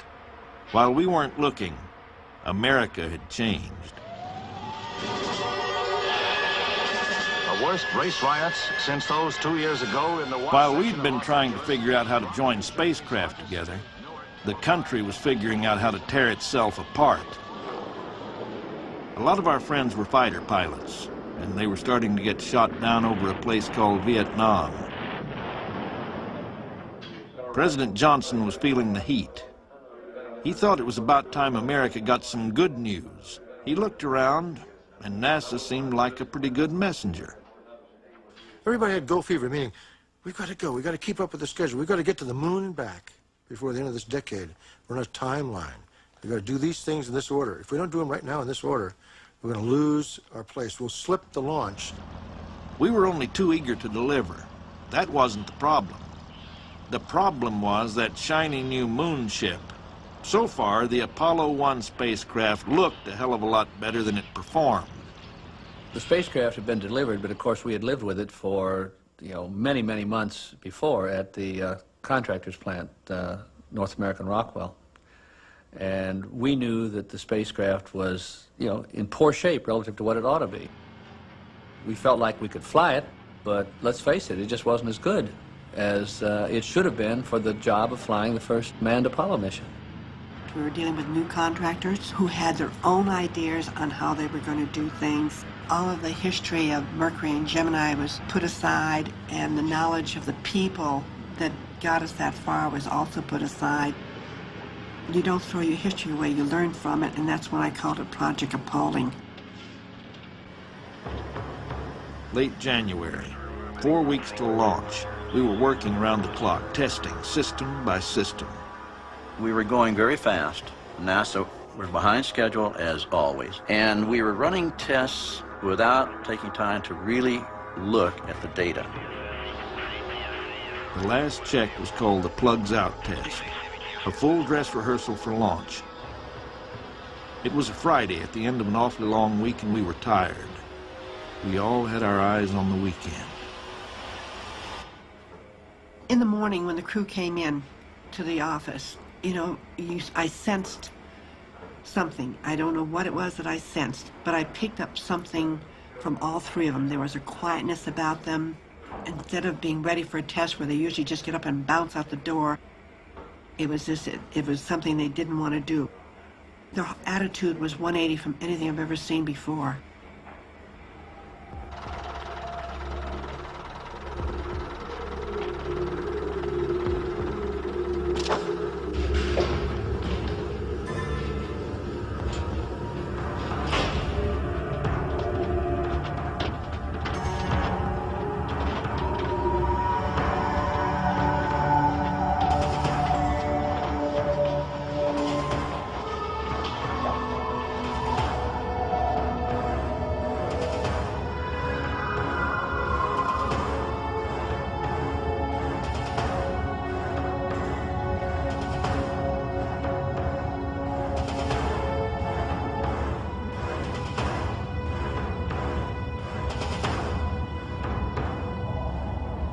It would be actual flight conditions.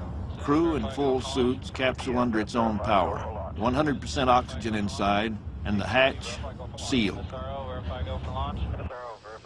It's not a normal workday. You stayed there till the test was done, which meant that you might be in that spacecraft 18, 20 hours. It was a long, arduous test. This one was no different. We'd been going since 6 in the morning. I said to Gus, if it doesn't check out well, if you have a glitch or an anomaly, get the hell out of there. Hell, he wasn't going to do that. That would have brought the program to a stop, and everybody said, well, that chicken shit guy and all that kind of stuff. You've got a cast of thousands geared up to perform a test, and you're critical to that test, and here you are, you've worked all day long, and you're down to the last half hour, last hour. It's very difficult to just say, hey, I'm putting everything to a stop here. I was in the blockhouse with Stu Russo, late Friday afternoon.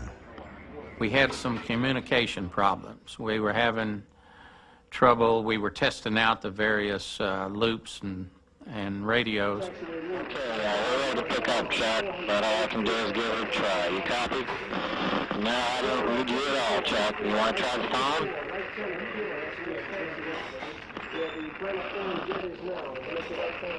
Hey, guys, how are we going to get to the moon if we can't talk between two buildings? I can't hear a thing you're saying. Did you guys say something from the command module? I said, how are we going to get to the moon if we can't talk between two buildings?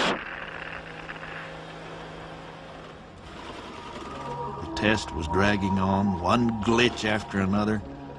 Most of us had already called to say we wouldn't be home for dinner. And then it happened. Down under Gus's seat, somewhere in 30 miles of wire, there was a short circuit. In the blockhouse, all we saw was another glitch on the meter. Nobody knew it then, but a spark had jumped out. It landed and sat there, in the pure oxygen. At 15 pounds pressure, it glowed, brighter and brighter.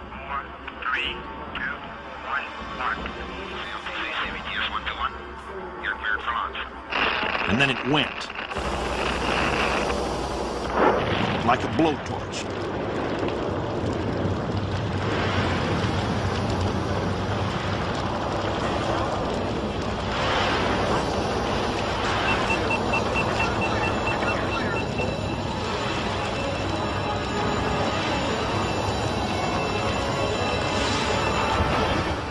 I called for medics and raced over to the pad.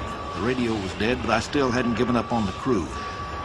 In their suits, I figured maybe they still had a chance. The pad guys were burning their hands trying to get the damned hatch off, choking in toxic smoke.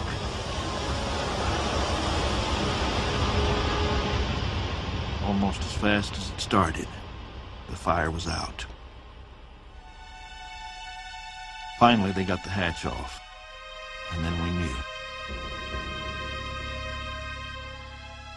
Most of their suits were still white. You did not look in and see charred bodies.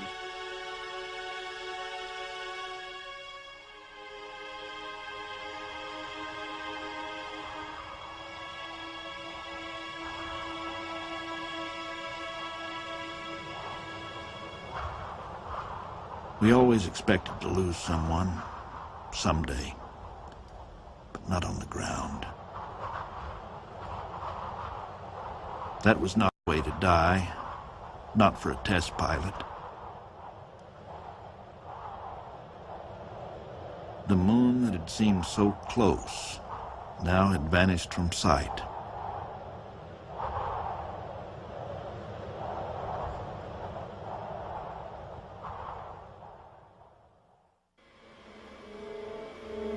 Early in the morning, I got in a T-38 and flew to the Cape, and I never will forget that flight. Within hours of the fire, we had put Frank Borman in charge of our investigation. All along the way, the controllers were saying, you know, we're sorry and this and that. To me, that portrayed the whole feeling of the country. It was an enormous setback, and everybody felt it.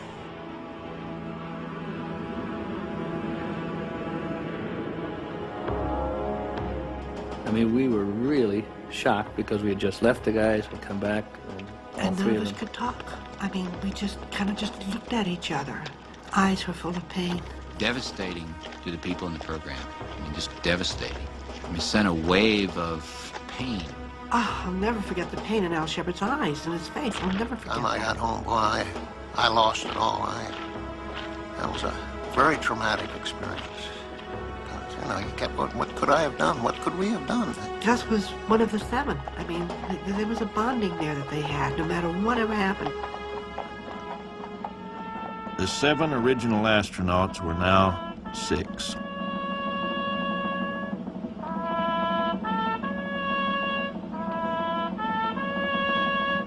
I think the American public is mature enough to recognize that it's an important program, and it's a program that must go on. And if something should happen, why, well, it happened. We still have to go on living every day, and we go on and continue the program. I remember that Max Faget and Deke Slayton and I, we were at the Cape for the investigation. We went out one night and got bombed. I'm not proud to say, I don't drink anymore, but we got bombed that night. Ended up throwing glasses like a scene out of an old World War I movie. But then the next day, that was it. It was back to work on a new and painful job. How could it have happened?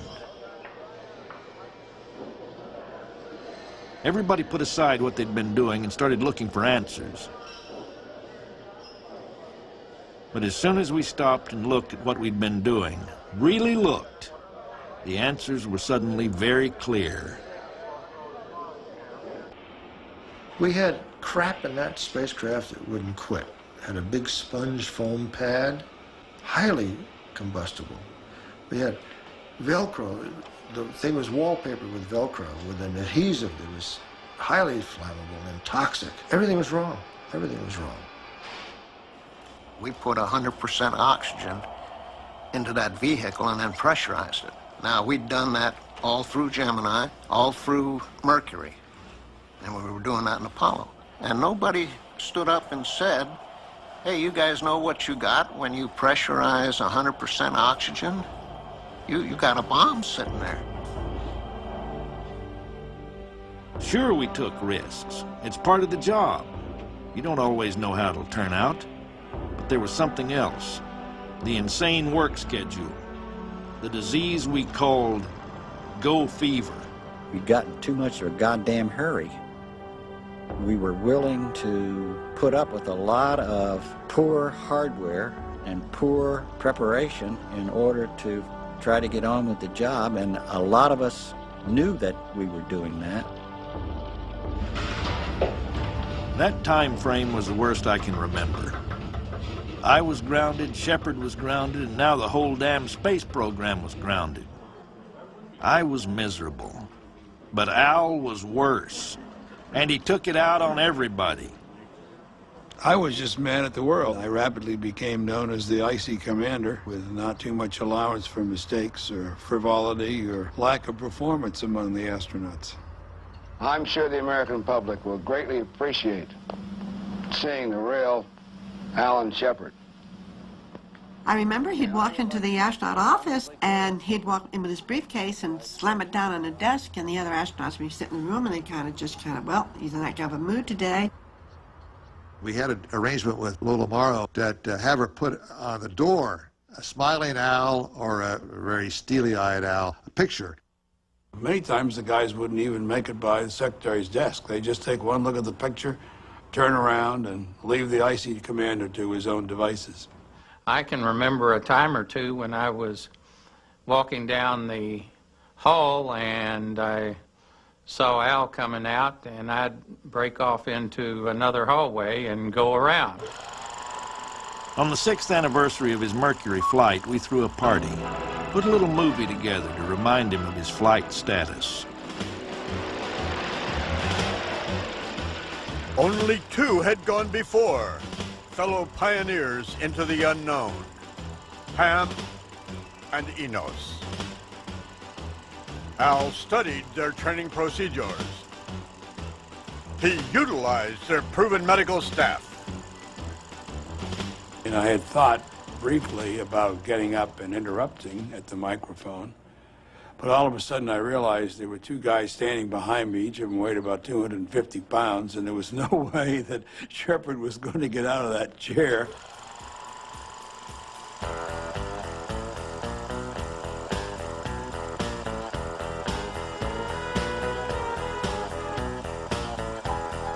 Good old Al. 6 years an astronaut, 15 minutes in space. He got the message. The icy commander loosened up. But that didn't make time go any faster. The new spacecraft was still a year away. And the Russians were up to something. The biggest rocket ever launched, capable of reaching the moon. All we knew at the time was that it had gone into Earth orbit. The pilot was named Vladimir Komarov. After it was all over, we learned the full story. His spacecraft started spinning out of control. The ground crew did all they could, but it was no use. They knew he wasn't going to make it. Premier Kosygin told him he'd get a hero's burial. And they got his wife on the radio to say goodbye. But he said he wasn't ready to die just yet. He fought the controls, and against all odds, he managed to re-enter safely. The chute popped out right on schedule. But just when it looked like he'd made it, that chute got twisted up like a washcloth being wrung out.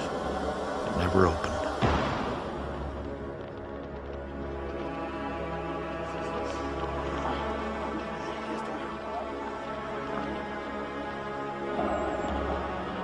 They kept their promise. They buried him a hero. We are very saddened by the loss of Colonel Komarov. We feel comradeship for this test pilot because we've met several of his fellow cosmonauts. I couldn't escape the irony. Both sides racing forward at breakneck speed, both stumbling at the same moment.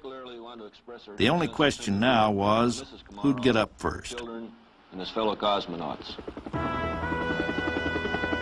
October 1968, 21 months since the fire. Apollo was ready to try again. Sitting on the Saturn rocket was the brand new spacecraft. We felt like the spacecraft that we were going to fly was such a difference and a marked change and an upgrade from what had essentially killed Gus and Roger and Ed, that we were very pleased. I mean, we thought we had a wonderful flying machine, and all we had to do was to go out and prove that, in fact, that it was a wonderful flying machine. Apollo 7 was ready. The commander would be one of the original Mercury astronauts. The program's rebirth was riding on his shoulders. The stage was set for the return of Wally Schirra. I had fun with Mercury. I had fun with Gemini. I lose a buddy, my next-door neighbor, Gus, one of our 7. I lose 2 other guys I thought the world of. And I began to realize this was no longer fun. I was now assigned a mission where I had to put it back on track, like Humpty Dumpty. Everyone felt the change. The old Wally loved to joke around. The new Wally was dead serious. He wanted to keep the mission simple. He was tough, and he was in charge.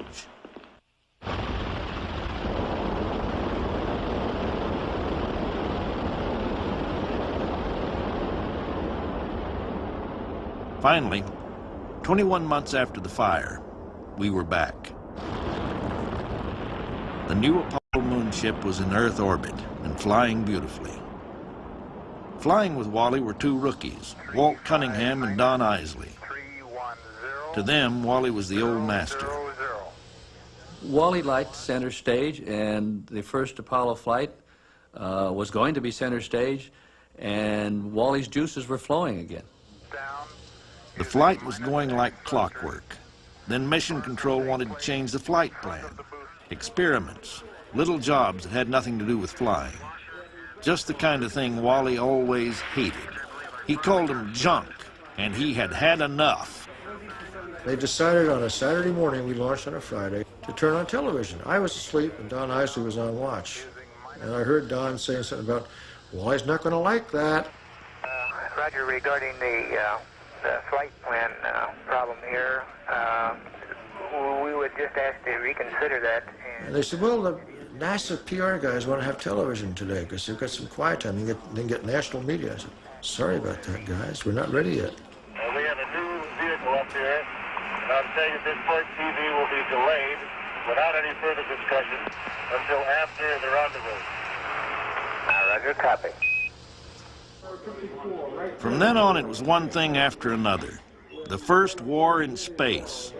and the Russians weren't even involved. Okay, Don, go ahead, Wally. I've had it up here today, and from now on I'm going to be an onboard flight director for these updates. We're not going to accept any new games, like getting 50 feet to the Delta V tower for a burn, or doing some crazy tests we've never heard of before. As a result, each test is going to be reviewed thoroughly before we act on it. I was the flight director, the prime flight director, and I was on console at the time. And I was pissed off about it. That was an affront and inappropriate and frankly insubordinate. Don and I would just, kind of look at each other and cringe inside at some of the exchanges that were going on. Keep in mind that, Wally had been around. This was his third mission, and he was kind of the cock of the walk, or at least he thought he was. They were fighting like children, and I was in the middle. I'd never seen Wally so cranky before. But then Wally had never had a head cold in space before. I've taken 2 aspirin, and I'm wondering if there's anything else I can take. Roger. Wally, Houston here, good doctors are recommending that you take 1 Actifed.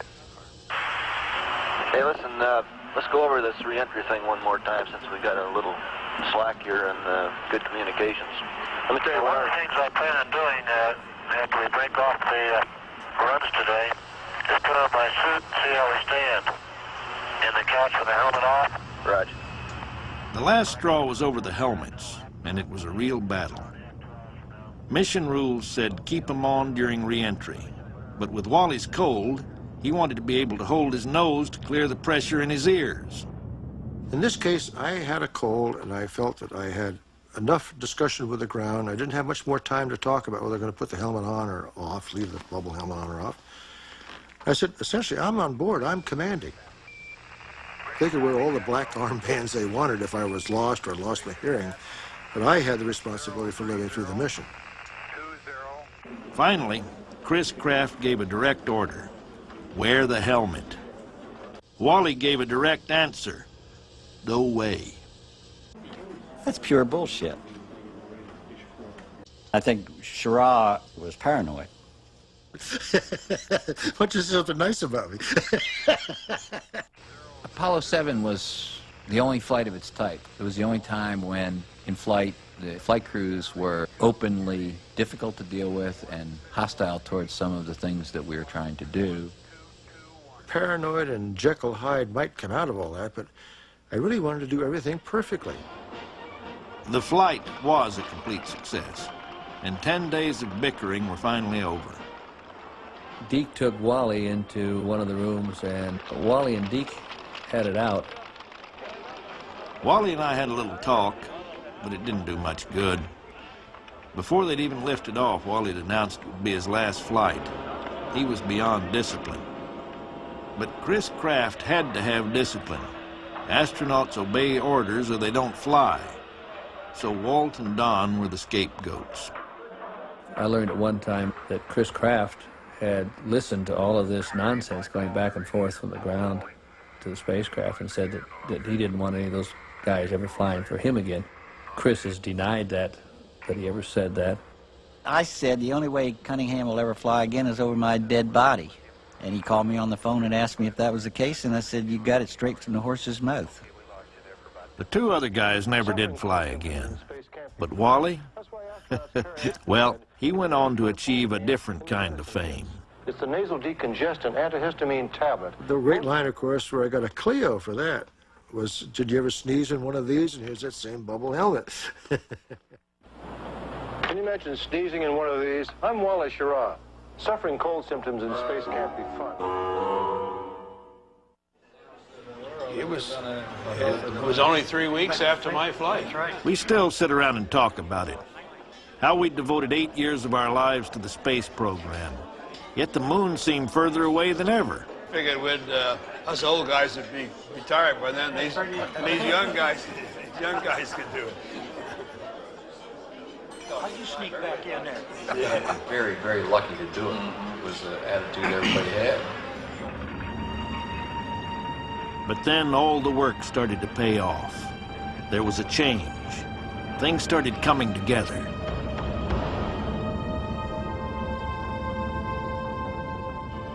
We knew the spacecraft could do its job. All we needed now was a rocket.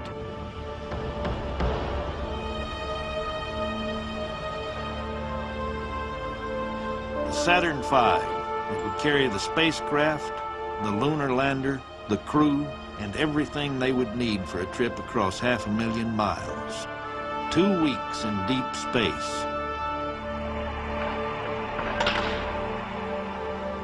The biggest rocket ever made. It had to lift 50 tons straight in the air, not counting its own weight, and push it up to 24,000 miles an hour. It was an unbelievable, tremendous creation. It was real. The Saturn V was alive. You know, you'd almost had to fall in love with that beast to feel comfortable riding on top of it. So I guess the thing that probably hit me more strongly than anything else was that I want to be on one of those things, and I kept thinking that was our outlet to the moon. But it had never been tested, and nobody was going to ride it until it had. There were only 2 years left in Kennedy's decade. If this thing worked, we had a shot at the moon. If not, all the improvements we made to the brand new Apollo spacecraft wouldn't mean a damn thing. It was time to light the candle.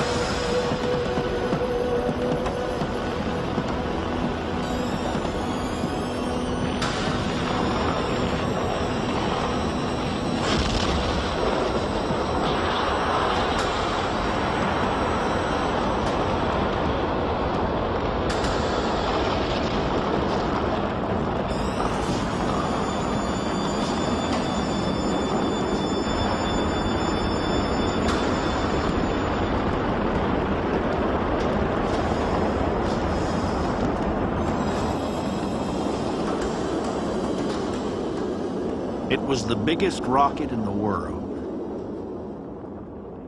And finally, it was operational. It had been 10 years since Sputnik started the whole race. We hadn't heard from the Russians in a while, but after all our hard work and all our success, it was going to come right down to the wire. We were told by Deke the CIA had the indication that the Russians were going to try to circumnavigate the moon prior to the end of '68. And that was a driving force, and I think one of the major considerations in the Apollo 8 decision. Well, for once, let's preempt them. I think unconsciously that the fact that the Soviets were planning to put a man around the moon before the end of the year in their Zond spacecraft had some influence. Now, if you talk to some senior NASA officials at that time, they say, no, that had nothing to do with it. The Russians had everything to do with it. We were coming into the last lap, and we'd be damned if we were going to lose this thing now. So the decision was made. Our very next flight, Apollo 8, would go all the way out to the moon. Apollo 8 was the boldest decision we made in the space program, period, at any time. It was the cardinal step to landing men on the moon. In 7 years of spaceflight, no one, not us, not the Russians, had ever gone beyond Earth orbit. This was the moon we were talking about. Deep space. A whole new ball game. 8 months of work done in 4. But this wasn't go fever. This time we really thought we could do it. Mission commander would be Frank Borman. A lot of people got cold feet. And I had to keep reminding people, well, you designed this thing to go to the moon. Now we're ready to go to the moon, and you're gun shy. Why? Either it's ready or it's not ready. Borman's crew included rookie Bill Anders and Jim Lovell, Frank's old Gemini sidekick. Frank came back and told us, and so we were all elated. I thought that, yeah, this is the way to go. This is much better than going around the Earth for a second time with Frank Borman. I mean, you know, I didn't think that was really necessary, but it was a much better flight to go to the moon with Frank. But still, there was something about shooting the moon that made you think twice. My wife, Susan, was convinced that we would not return from the moon, and she was, in her state of mind, was planning a memorial service without a body, and was really quite convinced that she would lose her husband on the Apollo 8 flight. But I didn't realize that she had these grave reservations, because if she would have exhibited reservations, I loved her deeply, and it would have made a big impact on how I approached. I'm not going to sit here and say I would have withdrawn, but I probably would have. I would have had a lot more anguish in trying to, instead of the gung-ho attitude that I had. 9. We have ignition sequence start. The engines are on. We'd done everything we knew how to do. There was nothing left but to shoot the moon. We have commenced. We have 51 a.m. standard time. We have cleared the tower.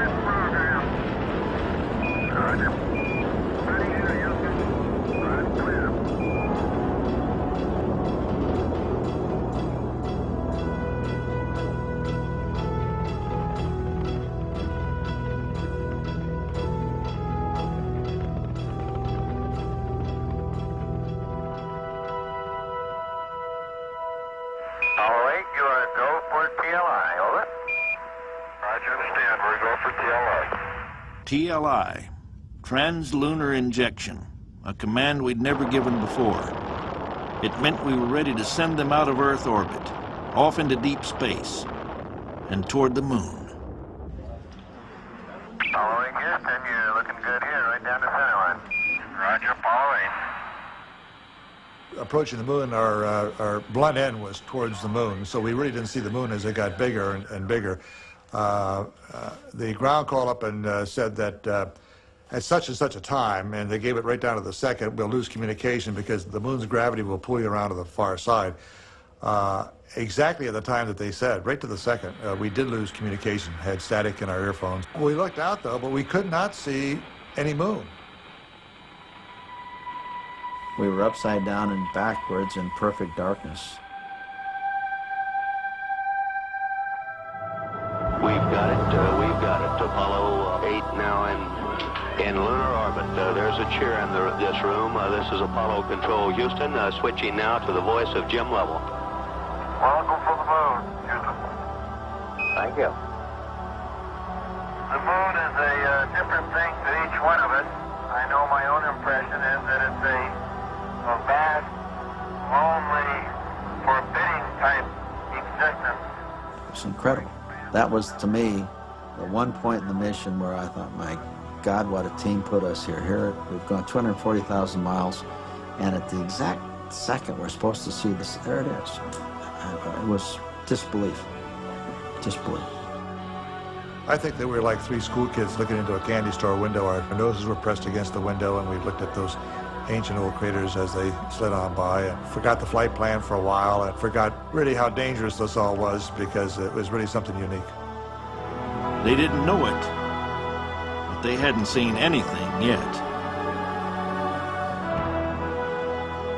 Well, that moment was incredible when you looked and saw the Earth flying over the lunar horizon and realized that everything that we valued was back on the Earth, and it was the only thing in the whole universe that had any color. It was blue and white, and you could even see the kind of pinkish brown continents.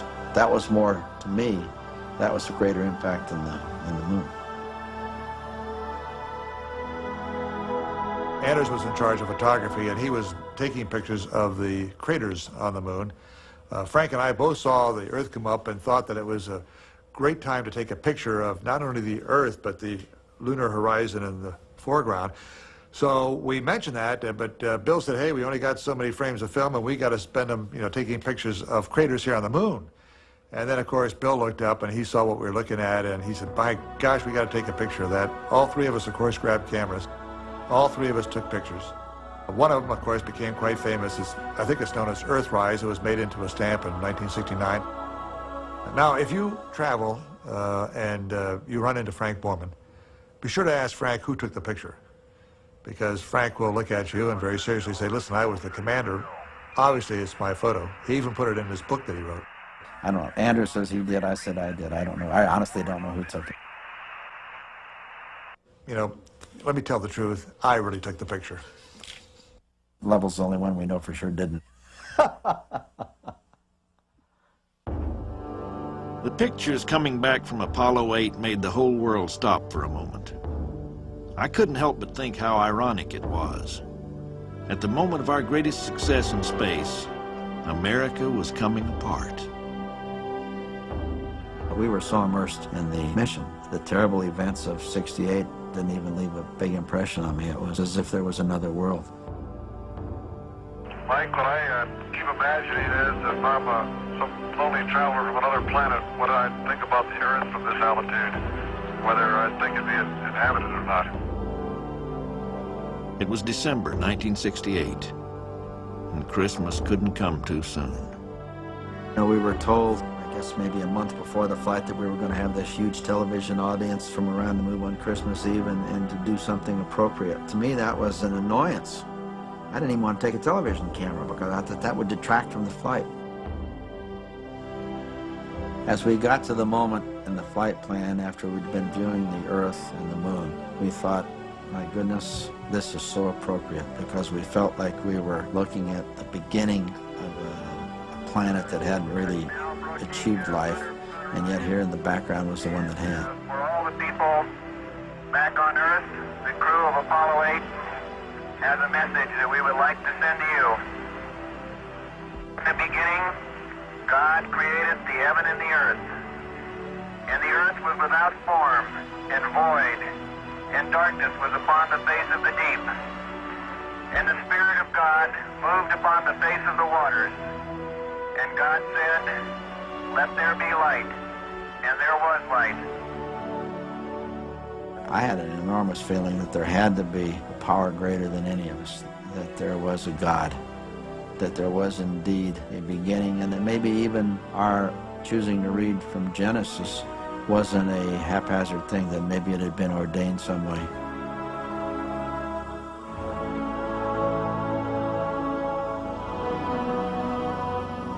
And from the crew of Apollo 8, we close with good night, good luck, a Merry Christmas, and God bless all of you on the good earth.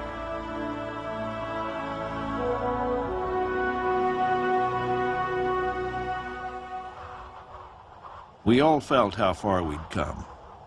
It had been 10 years since we'd started. Gus would have been proud.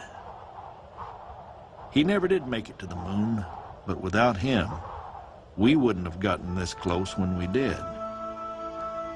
We'd gone around the moon. All that was left was the landing. But that wasn't going to be easy.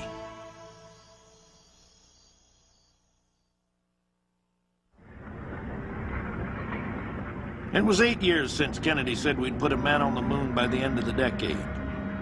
With only 5 months to go, we were too busy getting ready for our first moonshot to worry much about the Russians.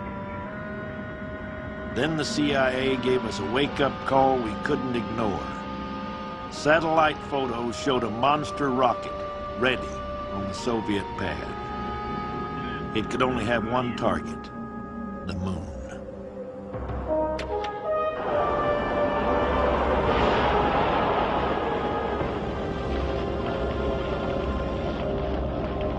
"24 hours later, the rocket was gone, blown up on the pad.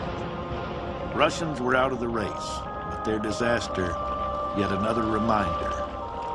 This was the world's most dangerous business.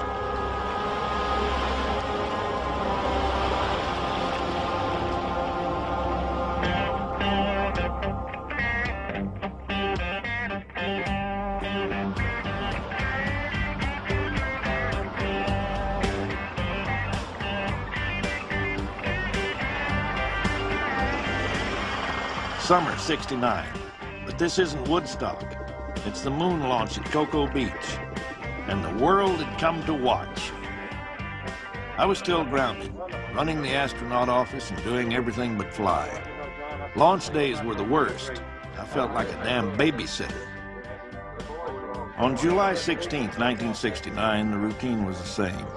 Wake 'em up, feed 'em, stick 'em on the bus. Only this crew was going to the moon. It killed me. I could send anyone up there I wanted except for me and my buddy Al Shepard.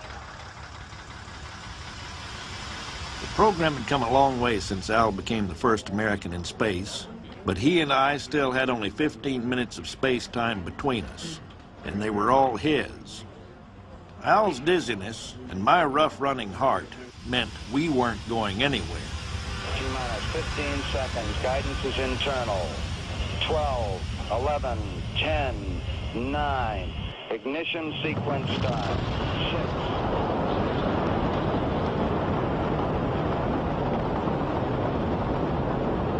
Liftoff. We have a liftoff. 32 minutes past the hour. Liftoff on Apollo 11.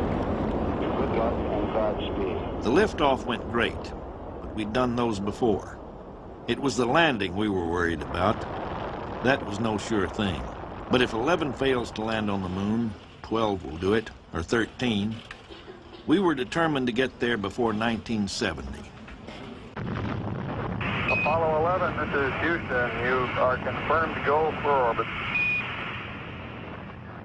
In mission control, I looked over at Al, and we both had the same thought. That should be me up there. Obviously, I think every one of us wanted to land on the moon. That's what we were there for. NASA could stop me from riding rockets, but they couldn't keep me from flying. Competition was always hot for space flights. But when I was selecting crews for the first moon shots, I had guys lining up to co-pilot my jet, impress me with their skills. But not that I'm suggesting for a minute they were kissing my ass. Everybody knew who you had to impress, but it was hard to figure out how.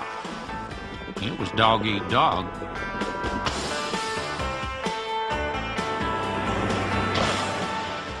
There's no mystery about how I selected crews for the moon flights. I figured any one of these weenies would do a great job, so I put a list together of 18 and told them, one of you guys is going to be the first to walk on the moon. I don't know who, and I don't give a damn. You're all equally qualified. Of course, I knew one was better than the rest, but I couldn't go. Apollo 11, this is Houston. You are go for TLI, over. Roger. Ignition. We confirm ignition, and the thrust is go. Apollo 11, roger. Yeah, Houston, Apollo 11 entered and gave us a magnificent ride. Neil Armstrong, Buzz Aldrin, and Mike Collins. 3 men headed for the history books. But they weren't picked for their personalities or because they were any better than the rest. They just happened to end up at the right slot on the flight rotation. Apollo 11, this is Houston. Looks like it's going to be impossible to get away from the fact that you guys are dominating all the news back here in Earth. Even Pravda in Russia is headlining the mission and calls Neil the czar of the ship. Neil, czar of the ship. Buzz loved that. He didn't like playing second fiddle to anyone. Tension between Neil and Buzz came to a head when Buzz tried to grab the brass ring, the first step on the moon. I'm sure you don't wait until you get on the surface of the moon before you decide who steps out first. Being first on the moon obviously would be a landmark that everybody would remember because no one remembers the second guy. Do you remember the second guy to fly the Atlantic? So I, at one time, made the observation to Neil that I felt we needed a decision on this, and that one way or the other, regardless of how I felt or he felt, we needed to have a decision made on this.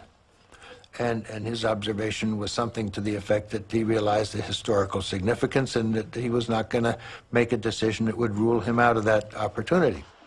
Buzz Aldrin made no secret about who he thought should be the first one to take that step on the moon. We had always assumed Neil Armstrong, who was the spacecraft commander, was going to be the first man on the moon. We always felt like it was an unnecessary conflict that was created by Buzz, and kind of it created kind of a bad taste in other people's mouth about Buzz making this fuss about it. Within a week or two, there was a decision made that Neil would be the first one. And being a military man and understanding seniority, that was perfectly all right with me. It came down to tradition, and tradition says the commander always goes first. Besides, Neil was closest to the door. But we had much bigger problems to worry about than the first step. Like, could we even get them on the moon? There were a lot of times when I come home from work and think, we just aren't going to get to the moon. We cannot make the lunar module light enough. The lunar module, or LEM, we'd designed for the landing could only operate in the moon's gravity. So we couldn't even test fly this baby. Neil had to make do with practicing the landing in a mock-up nicknamed the Flying Bedstead.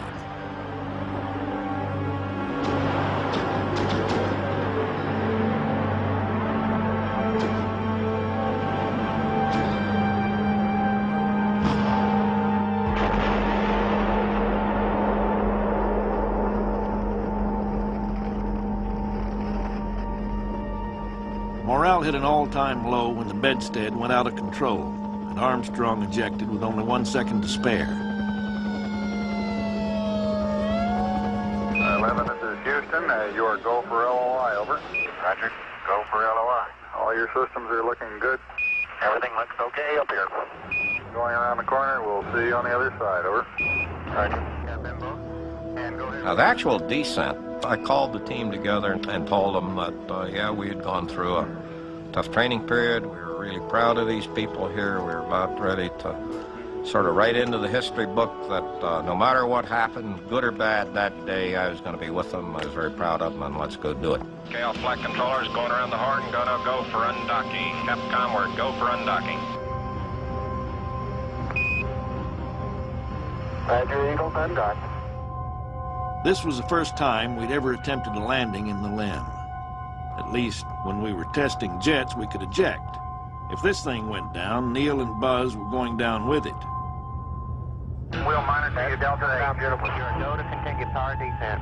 Okay, all flight controllers, gonna go for landing. Retro. Go. Rhino. Go. Guidance. Go. Control. Go. Telcom. Go. GNC. Go. Ecom. Go. Surgeon. Houston, you're a go for landing, over. Roger, understand. Go for landing. 1201.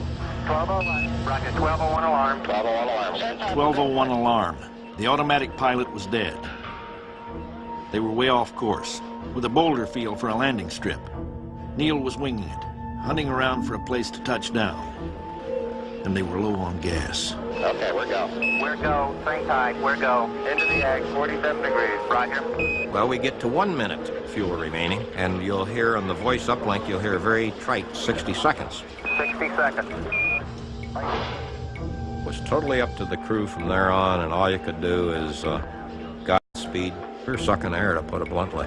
Forward. 30 seconds. Forward. By the time 30 seconds was called out, I knew that we were on the final descent. It just seemed like it was a long time. And without saying anything, I was just body English or whatever, trying to encourage Neil, bring it down, and let's get on the ground. 3.5 down, 9 forward. 5%. 185. 40 feet down, 2.5. Picking up some dust. Come on, boys, put her down. That's looking good, down 1/2. 4 forward, drift into the right a little. Contact light.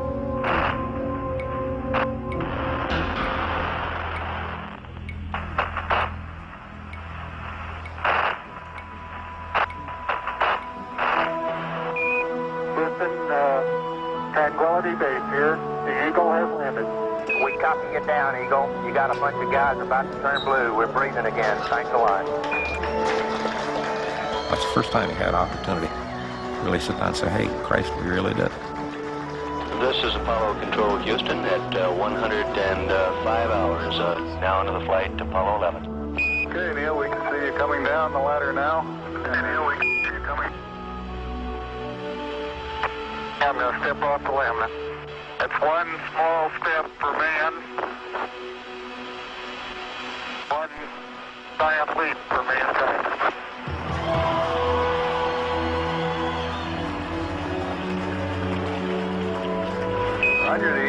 It's progressing beautifully. They've got the flag up now, and you can see the stars and stripes on the lunar.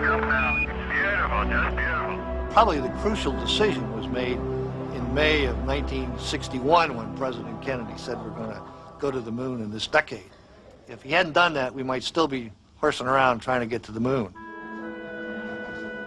I always thought I should have had something profound to say that night to the troops, but the truth is I walked out, looked up at the moon, and thought, those are two lucky sons of bitches up there.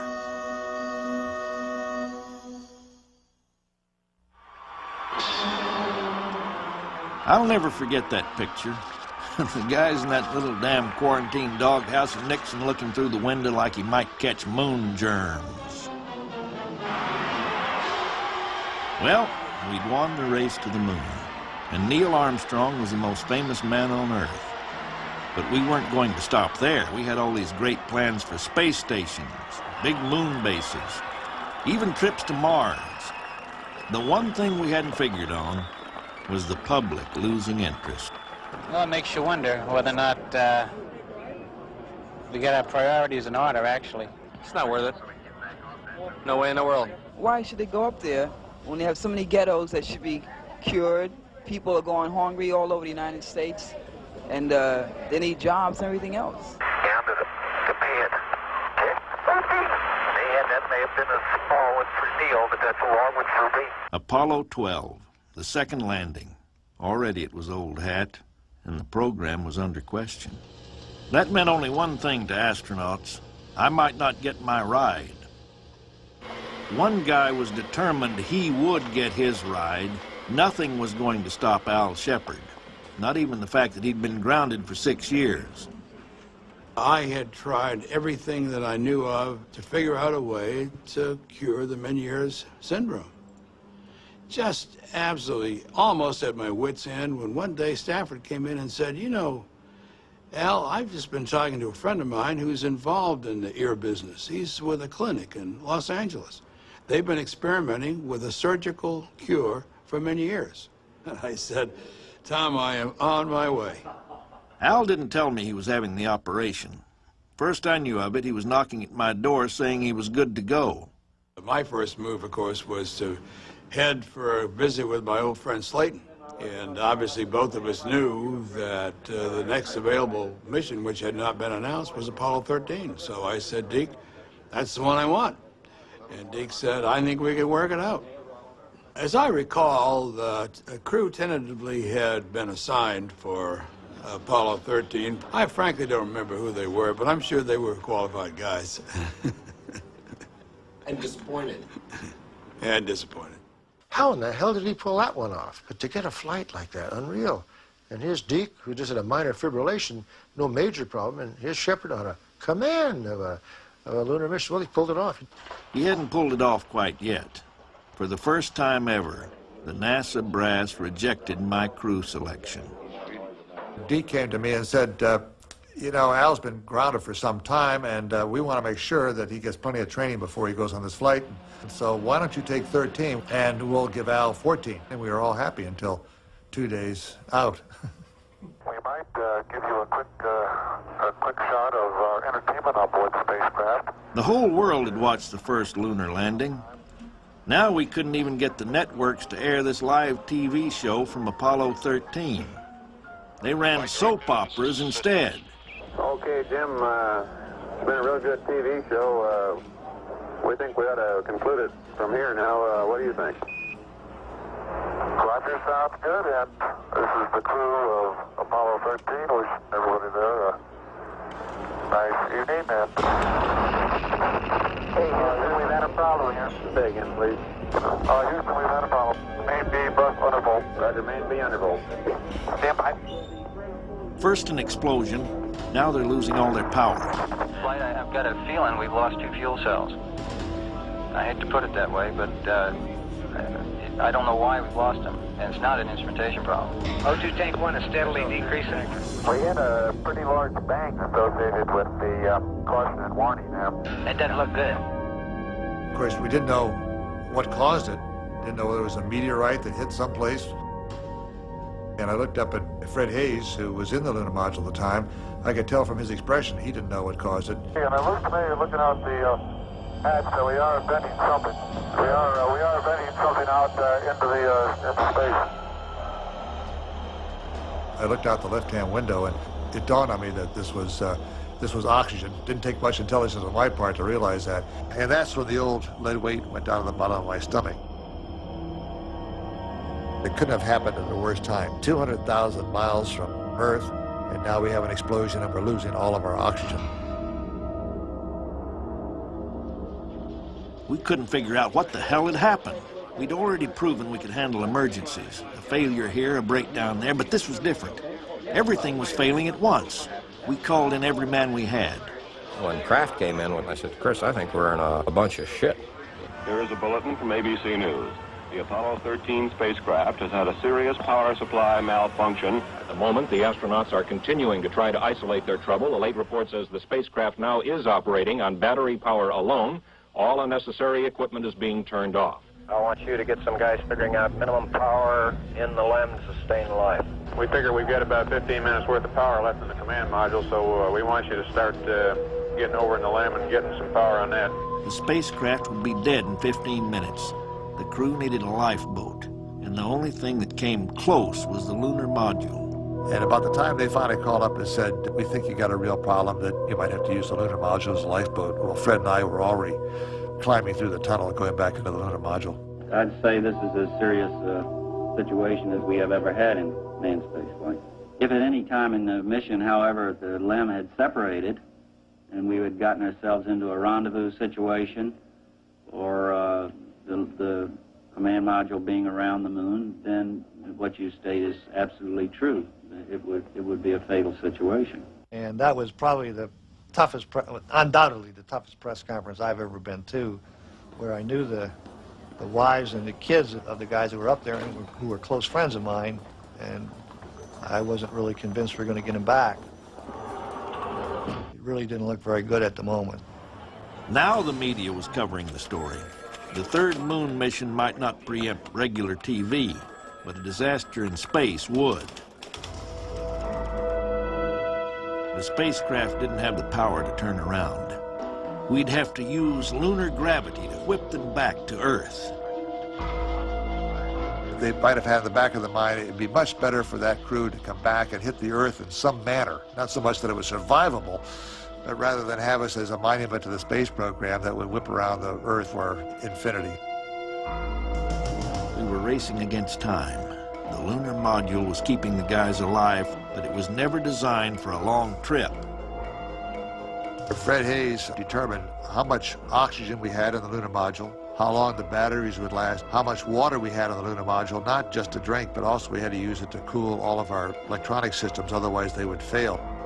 When Deke asked me first, will we have enough power? And I told him very honestly, Deke, I don't think so.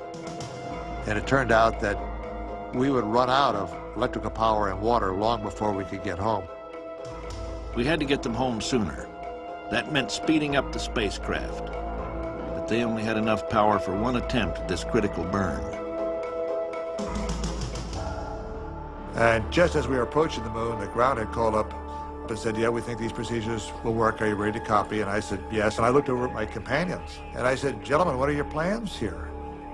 And they said, Jim, if we go around the far side of the moon, we're going to take some pictures. And I said, if we don't get home, you won't get them developed. Okay, look, let's get the camera squared away and get all set for the burn. We got one chance, pals. Jim, you go for the burn. Go for the burn. Roger, understand. Go for the burn. Guide, first line control, okay? Let's go. Go, Capcom. Pinko, do you have the Omni for the burn attitude? We're burning 40%. West Houston, you're looking good. Shut down.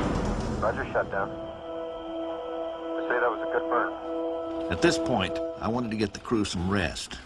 They'd been awake for days. I feel we've gone a hell of a long time without any sleep. Afraid I have to start thinking about getting people back to sleep again because I didn't get have any sleep last night at all. You couldn't sleep. I mean, it was just a cold, clammy. Everything was getting wet. All the windows were perspiring. The metal was very cold to the touch. It seemed to sap out any heat out of your body when you touched it. I developed a prostate urinary infection and had the most severe chills and fever that I'd ever had, and at times couldn't stop shaking. And we were trapped in this vehicle.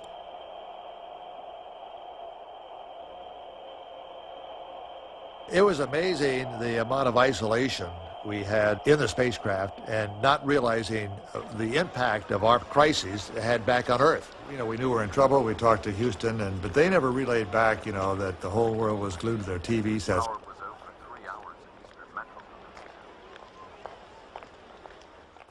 It was time for re-entry.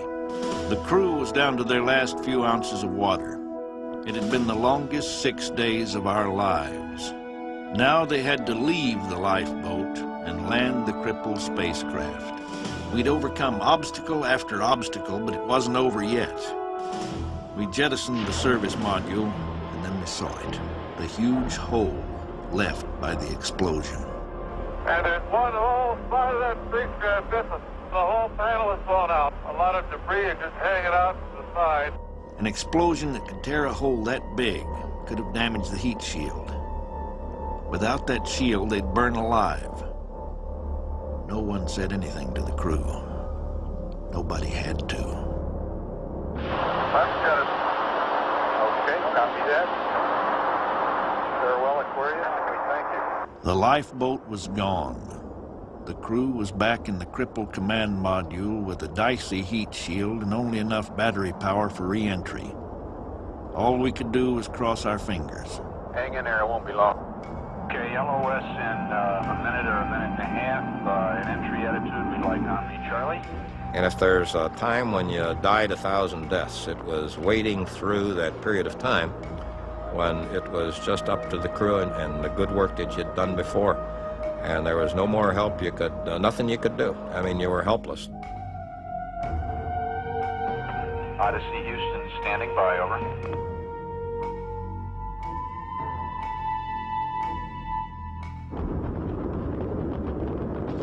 And then finally there's that vast relief where you just finally see the spacecraft on TV, you see the chutes blossom out. And your chutes look good. Odyssey Houston, we show you on the main. It really looks great. Apollo 13, this is recovery, over. Another chair in the control room as we had splashed out. This one here, it was really a combination of absolute exhilaration and total exhaustion. But it was just to the point, and then I just cried when it was all over.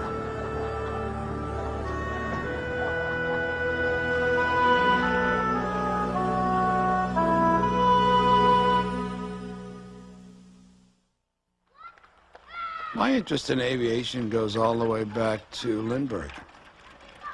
I was a young boy when he flew. Of course, he immediately became a national hero. He became certainly a hero of mine. Al Shepard was selected to carry the national image on our first flight in space after we had been shot down by Gagarin. Then it was fitting that after Apollo 13, Al Shepard is the commander of the mission that is going to restore the confidence in the space program. The retread and the two rookies. That's what Al, Stu Rusa, and Ed Mitchell were known as. There was a whole lot of bitching in the ranks that Al picked two guys with no flight experience to go to the moon. Everybody thought we were the three rookies. And in all of my private conversations with Stu and Ed, it was, fellas, we're going to land closer, we're going to bring back the best rocks, we're going to fly the best goddamn lunar mission that's ever been flown. No one ever fought harder to get a flight assignment than Al Shepard. And no one ever worked harder to get ready than this old Project Mercury veteran and his two rookies. He and I walked out and looked at his Saturn V, 38 stories high, all lit by spotlights. And I've often related that moment to a time 10 years previous when I was a young lieutenant getting up at 1 and 2 o'clock in the morning to watch this guy named Alan Shepard jump on top of a rocket and blast off into space. And here I was 10 years later standing next to that same man. He was going to go to the moon the next morning. You know, how many people can say that?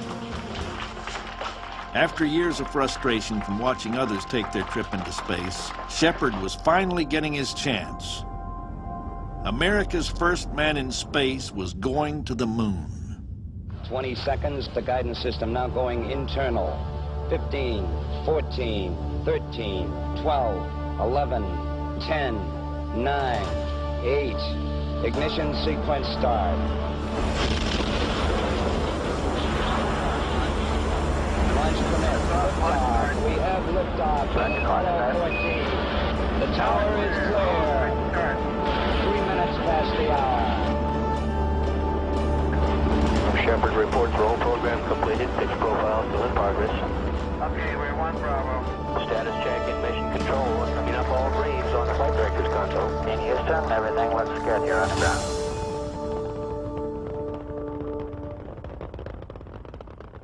Apollo 14, Houston. Your go for the moon, go for TLI. Right there, go for TLI. Al had his ride, but after Apollo 13, we weren't taking anything for granted. And sure enough, we had problems from the get-go.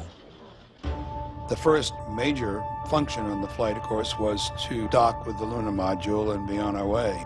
Houston, we're about to dock. He hit that thing dead center, bounced right back out with no capture.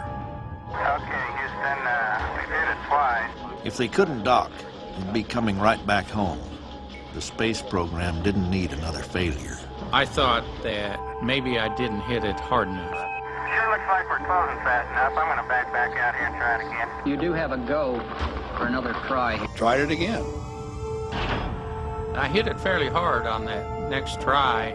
Ed made the comment, said, hey, let's don't run through it. Well, we better back off here and think about this one, Houston. That, of course, initially says, hey, you can't go to the moon.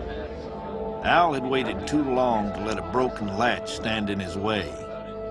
We were so target-oriented that we began thinking about all possible ways to correct the docking problem. And one obvious way which occurred to me immediately was the fact that we could do it manually. Al proposed to Houston that we put on our suits and depressurize the command module, and he would go outside and pull the two together. This would have been something totally unpracticed, pretty much on the cutting edge of a risky operation, to say the least. Of course, the immediate reaction on the ground was, well, that guy Shepard really wants to get there, doesn't he? We suggest you come in hard and fast and retract the arrow. Roger, Ed. We got a very good picture. We got some, Houston. I got a hard dock, Houston. Hit the hard dock. Roger, Al. That's great. Super job.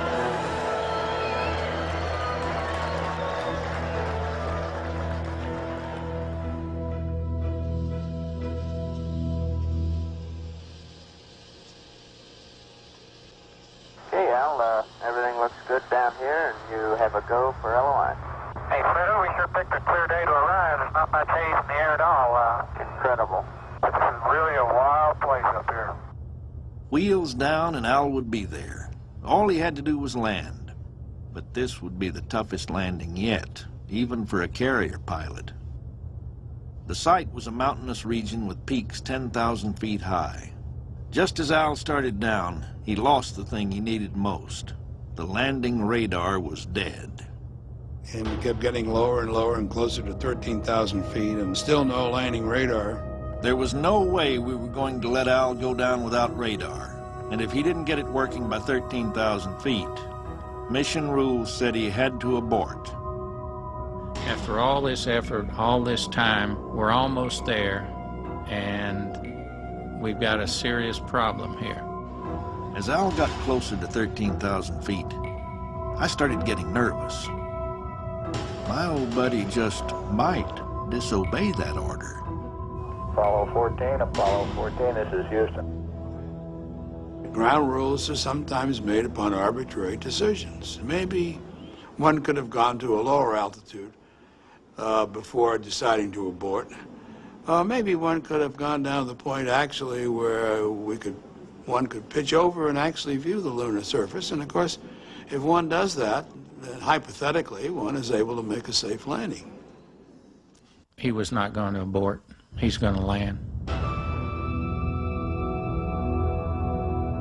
Finally, some bright young man in the control center realized, from looking at his indications, that the radar was in fact on, but it was locked up on infinity. So he said, well, let's turn it off and let it recycle, and I think it might work. And Terry's Houston would like you to cycle the landing radar breaker. Cycle.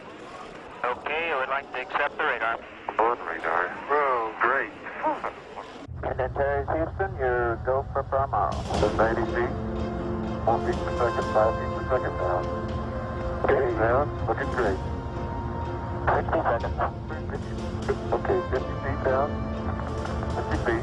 In good shape, too. 50 feet per second. 40 feet. 3 feet per second. 30. 3 feet per second. Looking great. 20 feet. 10. 3 feet per second. Contact now. That was a beautiful one. You landed close, but other than that, we're in great shape. Yeah. Right on the landing site. And Mitchell turned to me and said, Al, what were you going to do if the landing radar wasn't working by 13,000 feet? I looked at him and I said, Ed, you'll never know. Okay, Al, beautiful. We can see you coming down the ladder right now. It looks like you're about on the bottom step and on the surface. Bedford, old man. Okay, you're right. And it's been a long way, but we're here. So one of us had made it at least. And while I couldn't be in Al's shoes as he stood there on the moon, I understood better than anyone what it meant for him to be there. It had been a long build-up to finally reach the point where I was able to stand on the surface of the moon. It was an emotional moment for me. It was a sense of personal triumph, personal satisfaction. In a few moments of maybe patting myself on the back before it became obvious that we had to get back on schedule and get on with the job. Take a look at Palmaro. Take a look at Cone Crater, I should say.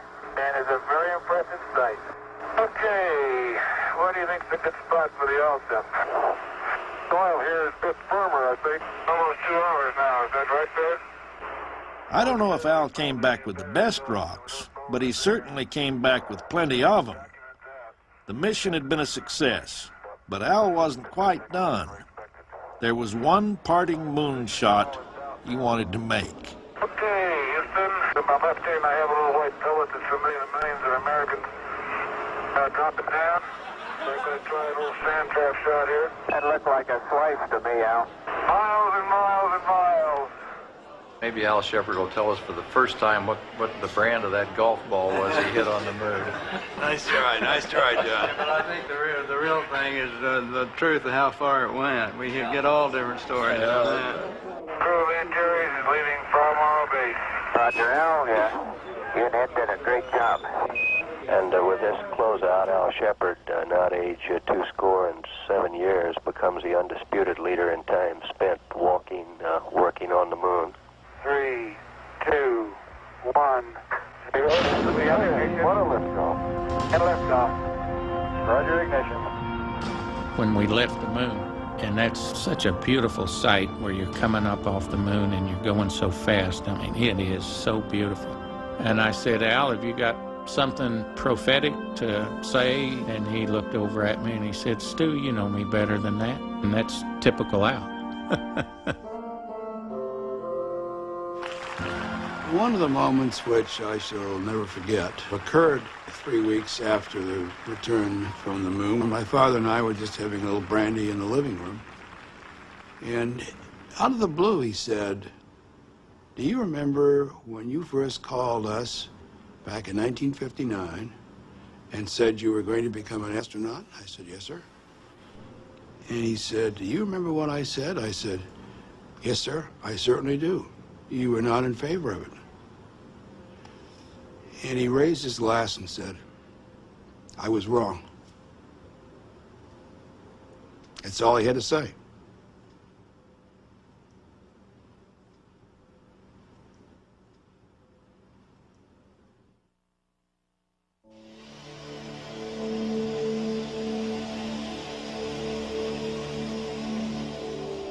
Apollo 17, the final moonshot.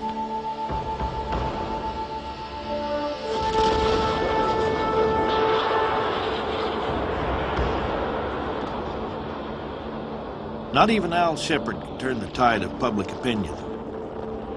His mission had been a success, but America had turned its back on the moon. Apollo missions 18, 19, and 20 were canceled. 17 Houston, you are go for orbit, go for orbit. We knew that Apollo 17 was the end of Apollo. The press would never forget it. They kept saying, how does it feel to be the tail of the dog, or how does it feel to be part of the end? And, you know, guys were losing their jobs as a result of Apollo. As soon as we lifted off, all the Grumman crew got their pink slips. There was a feeling of profound disappointment that the program was ending. Of course, I was disappointed that I didn't get the chance to go to the moon, but more than that, we'd put together this tremendous team and technology. To stop it now just didn't make any sense.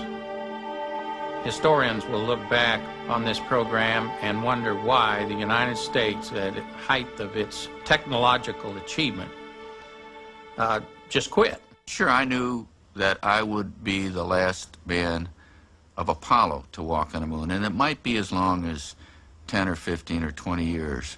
But truly, when I left the surface, I believed then, and I believe now, someone will be back someday. May the spirit of peace in which we came be reflected in the lives of all mankind. Those were the last official words spoken on the moon. Now, the unofficial words are about 10 seconds before Jack Schmidt and I lifted off, and I just looked over at Jack and I said, Jack, let's get this mother out of here. Proceeded, 3, 2, 1, ignition. Right away, Houston. Vector good.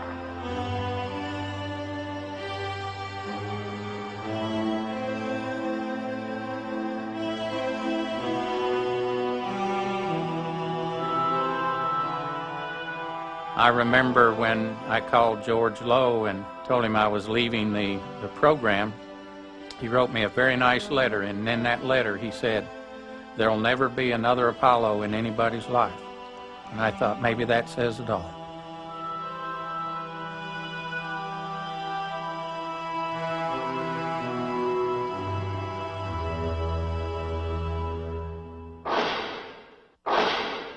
But the story's not over yet.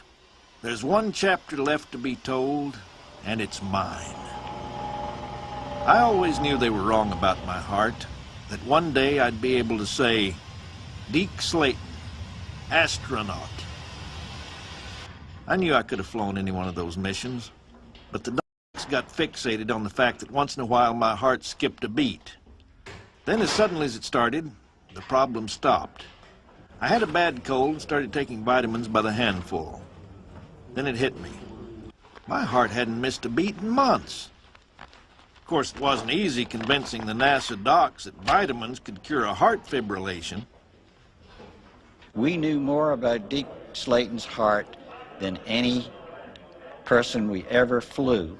And that goddamn doctor stood up in the meeting and said, well, we know we've said that before, but if he fibrillates on the pad, we want to stop the count. And I fired that son of a bitch.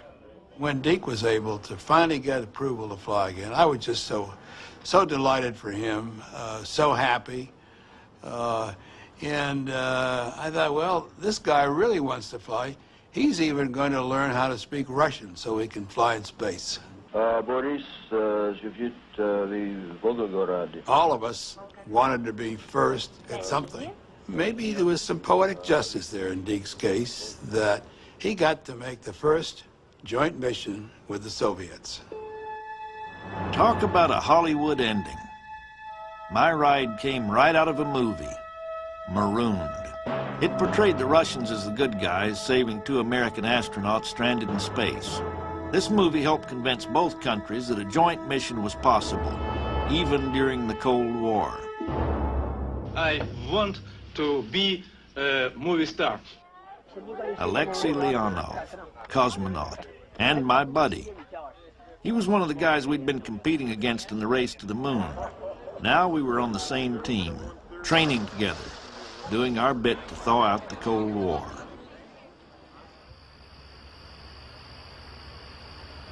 Here I am at another pre-launch breakfast. Only this time, I'm not sitting on the sidelines. Finally, it's my turn. Good morning again. Jim Hartz and Alan Shepard from the Mission Control Center in Houston, Texas. At that time, we were very close, having worked together in an administrative capacity over the years when neither one of us could fly. And to finally see my buddy get a chance to give it a go really meant a great deal to me. 5, 4, 3, 2, engine sequence start. 1, 0, launch commit. We have a liftoff. All engines building up thrust. Moving out. Clear the tower. Roger, power clear. Roger, Tom, you got good thrust on all engines. You're right on the money. Roger. Santa, this is Worth Wait 16, here's 4. Hello, Houston, you're go for station. Roger, go for The launch. I loved it. Damn, I'd like to do one of those every day.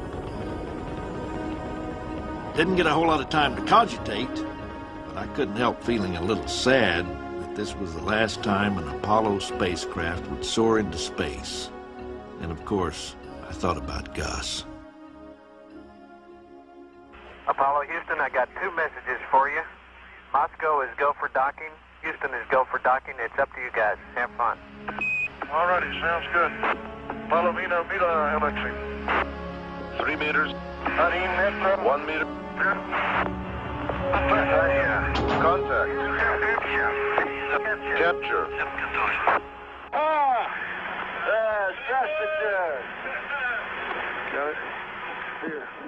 If you'd have told me way back when that one day we'd be shaking hands with the Russians in space, I think I'd have told you to go see one of my doctor friends at NASA. The irony is, we needed the Russians all along. If we hadn't had them sitting out there, we might never have even tried to shoot the moon. It's like all American endeavors. We've got to have a competitor. All philosophers say the best part of a good dinner is not what you eat, but with whom you eat. Let me call to express my very great admiration for your hard work, your total dedication in preparing for this first joint flight. Deke, you've had a very, very long record of distinguished service preparing other astronaut crews for various space missions. And we're extremely pleased to see you on the crew of the first international manned space flight. As the world's oldest space rookie, do you have any advice for young people who hope to fly on future space missions? Well, yes, I have a lot of advice for young people, but I guess probably one of the most important bits is to, number one, decide what you really want to do, and then secondly, never give up until you've done it.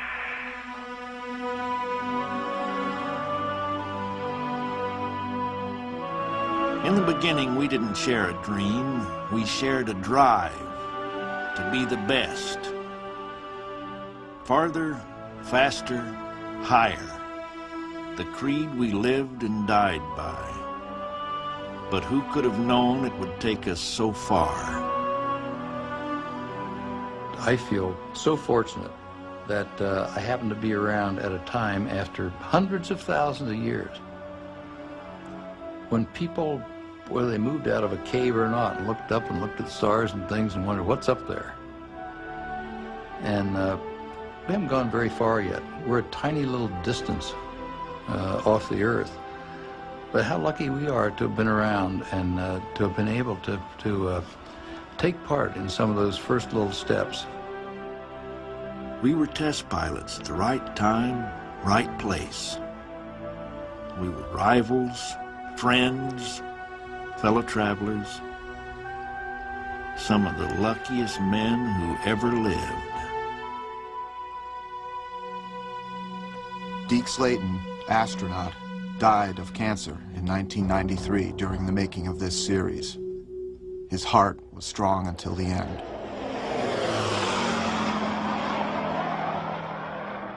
Six hours after his death, Deke's racing plane was spotted taking off from a California airport. Not only had Deke died hours before, but that same plane, that same time, was in a Nevada museum. As Deke always said, no matter what happens, keep the dream alive.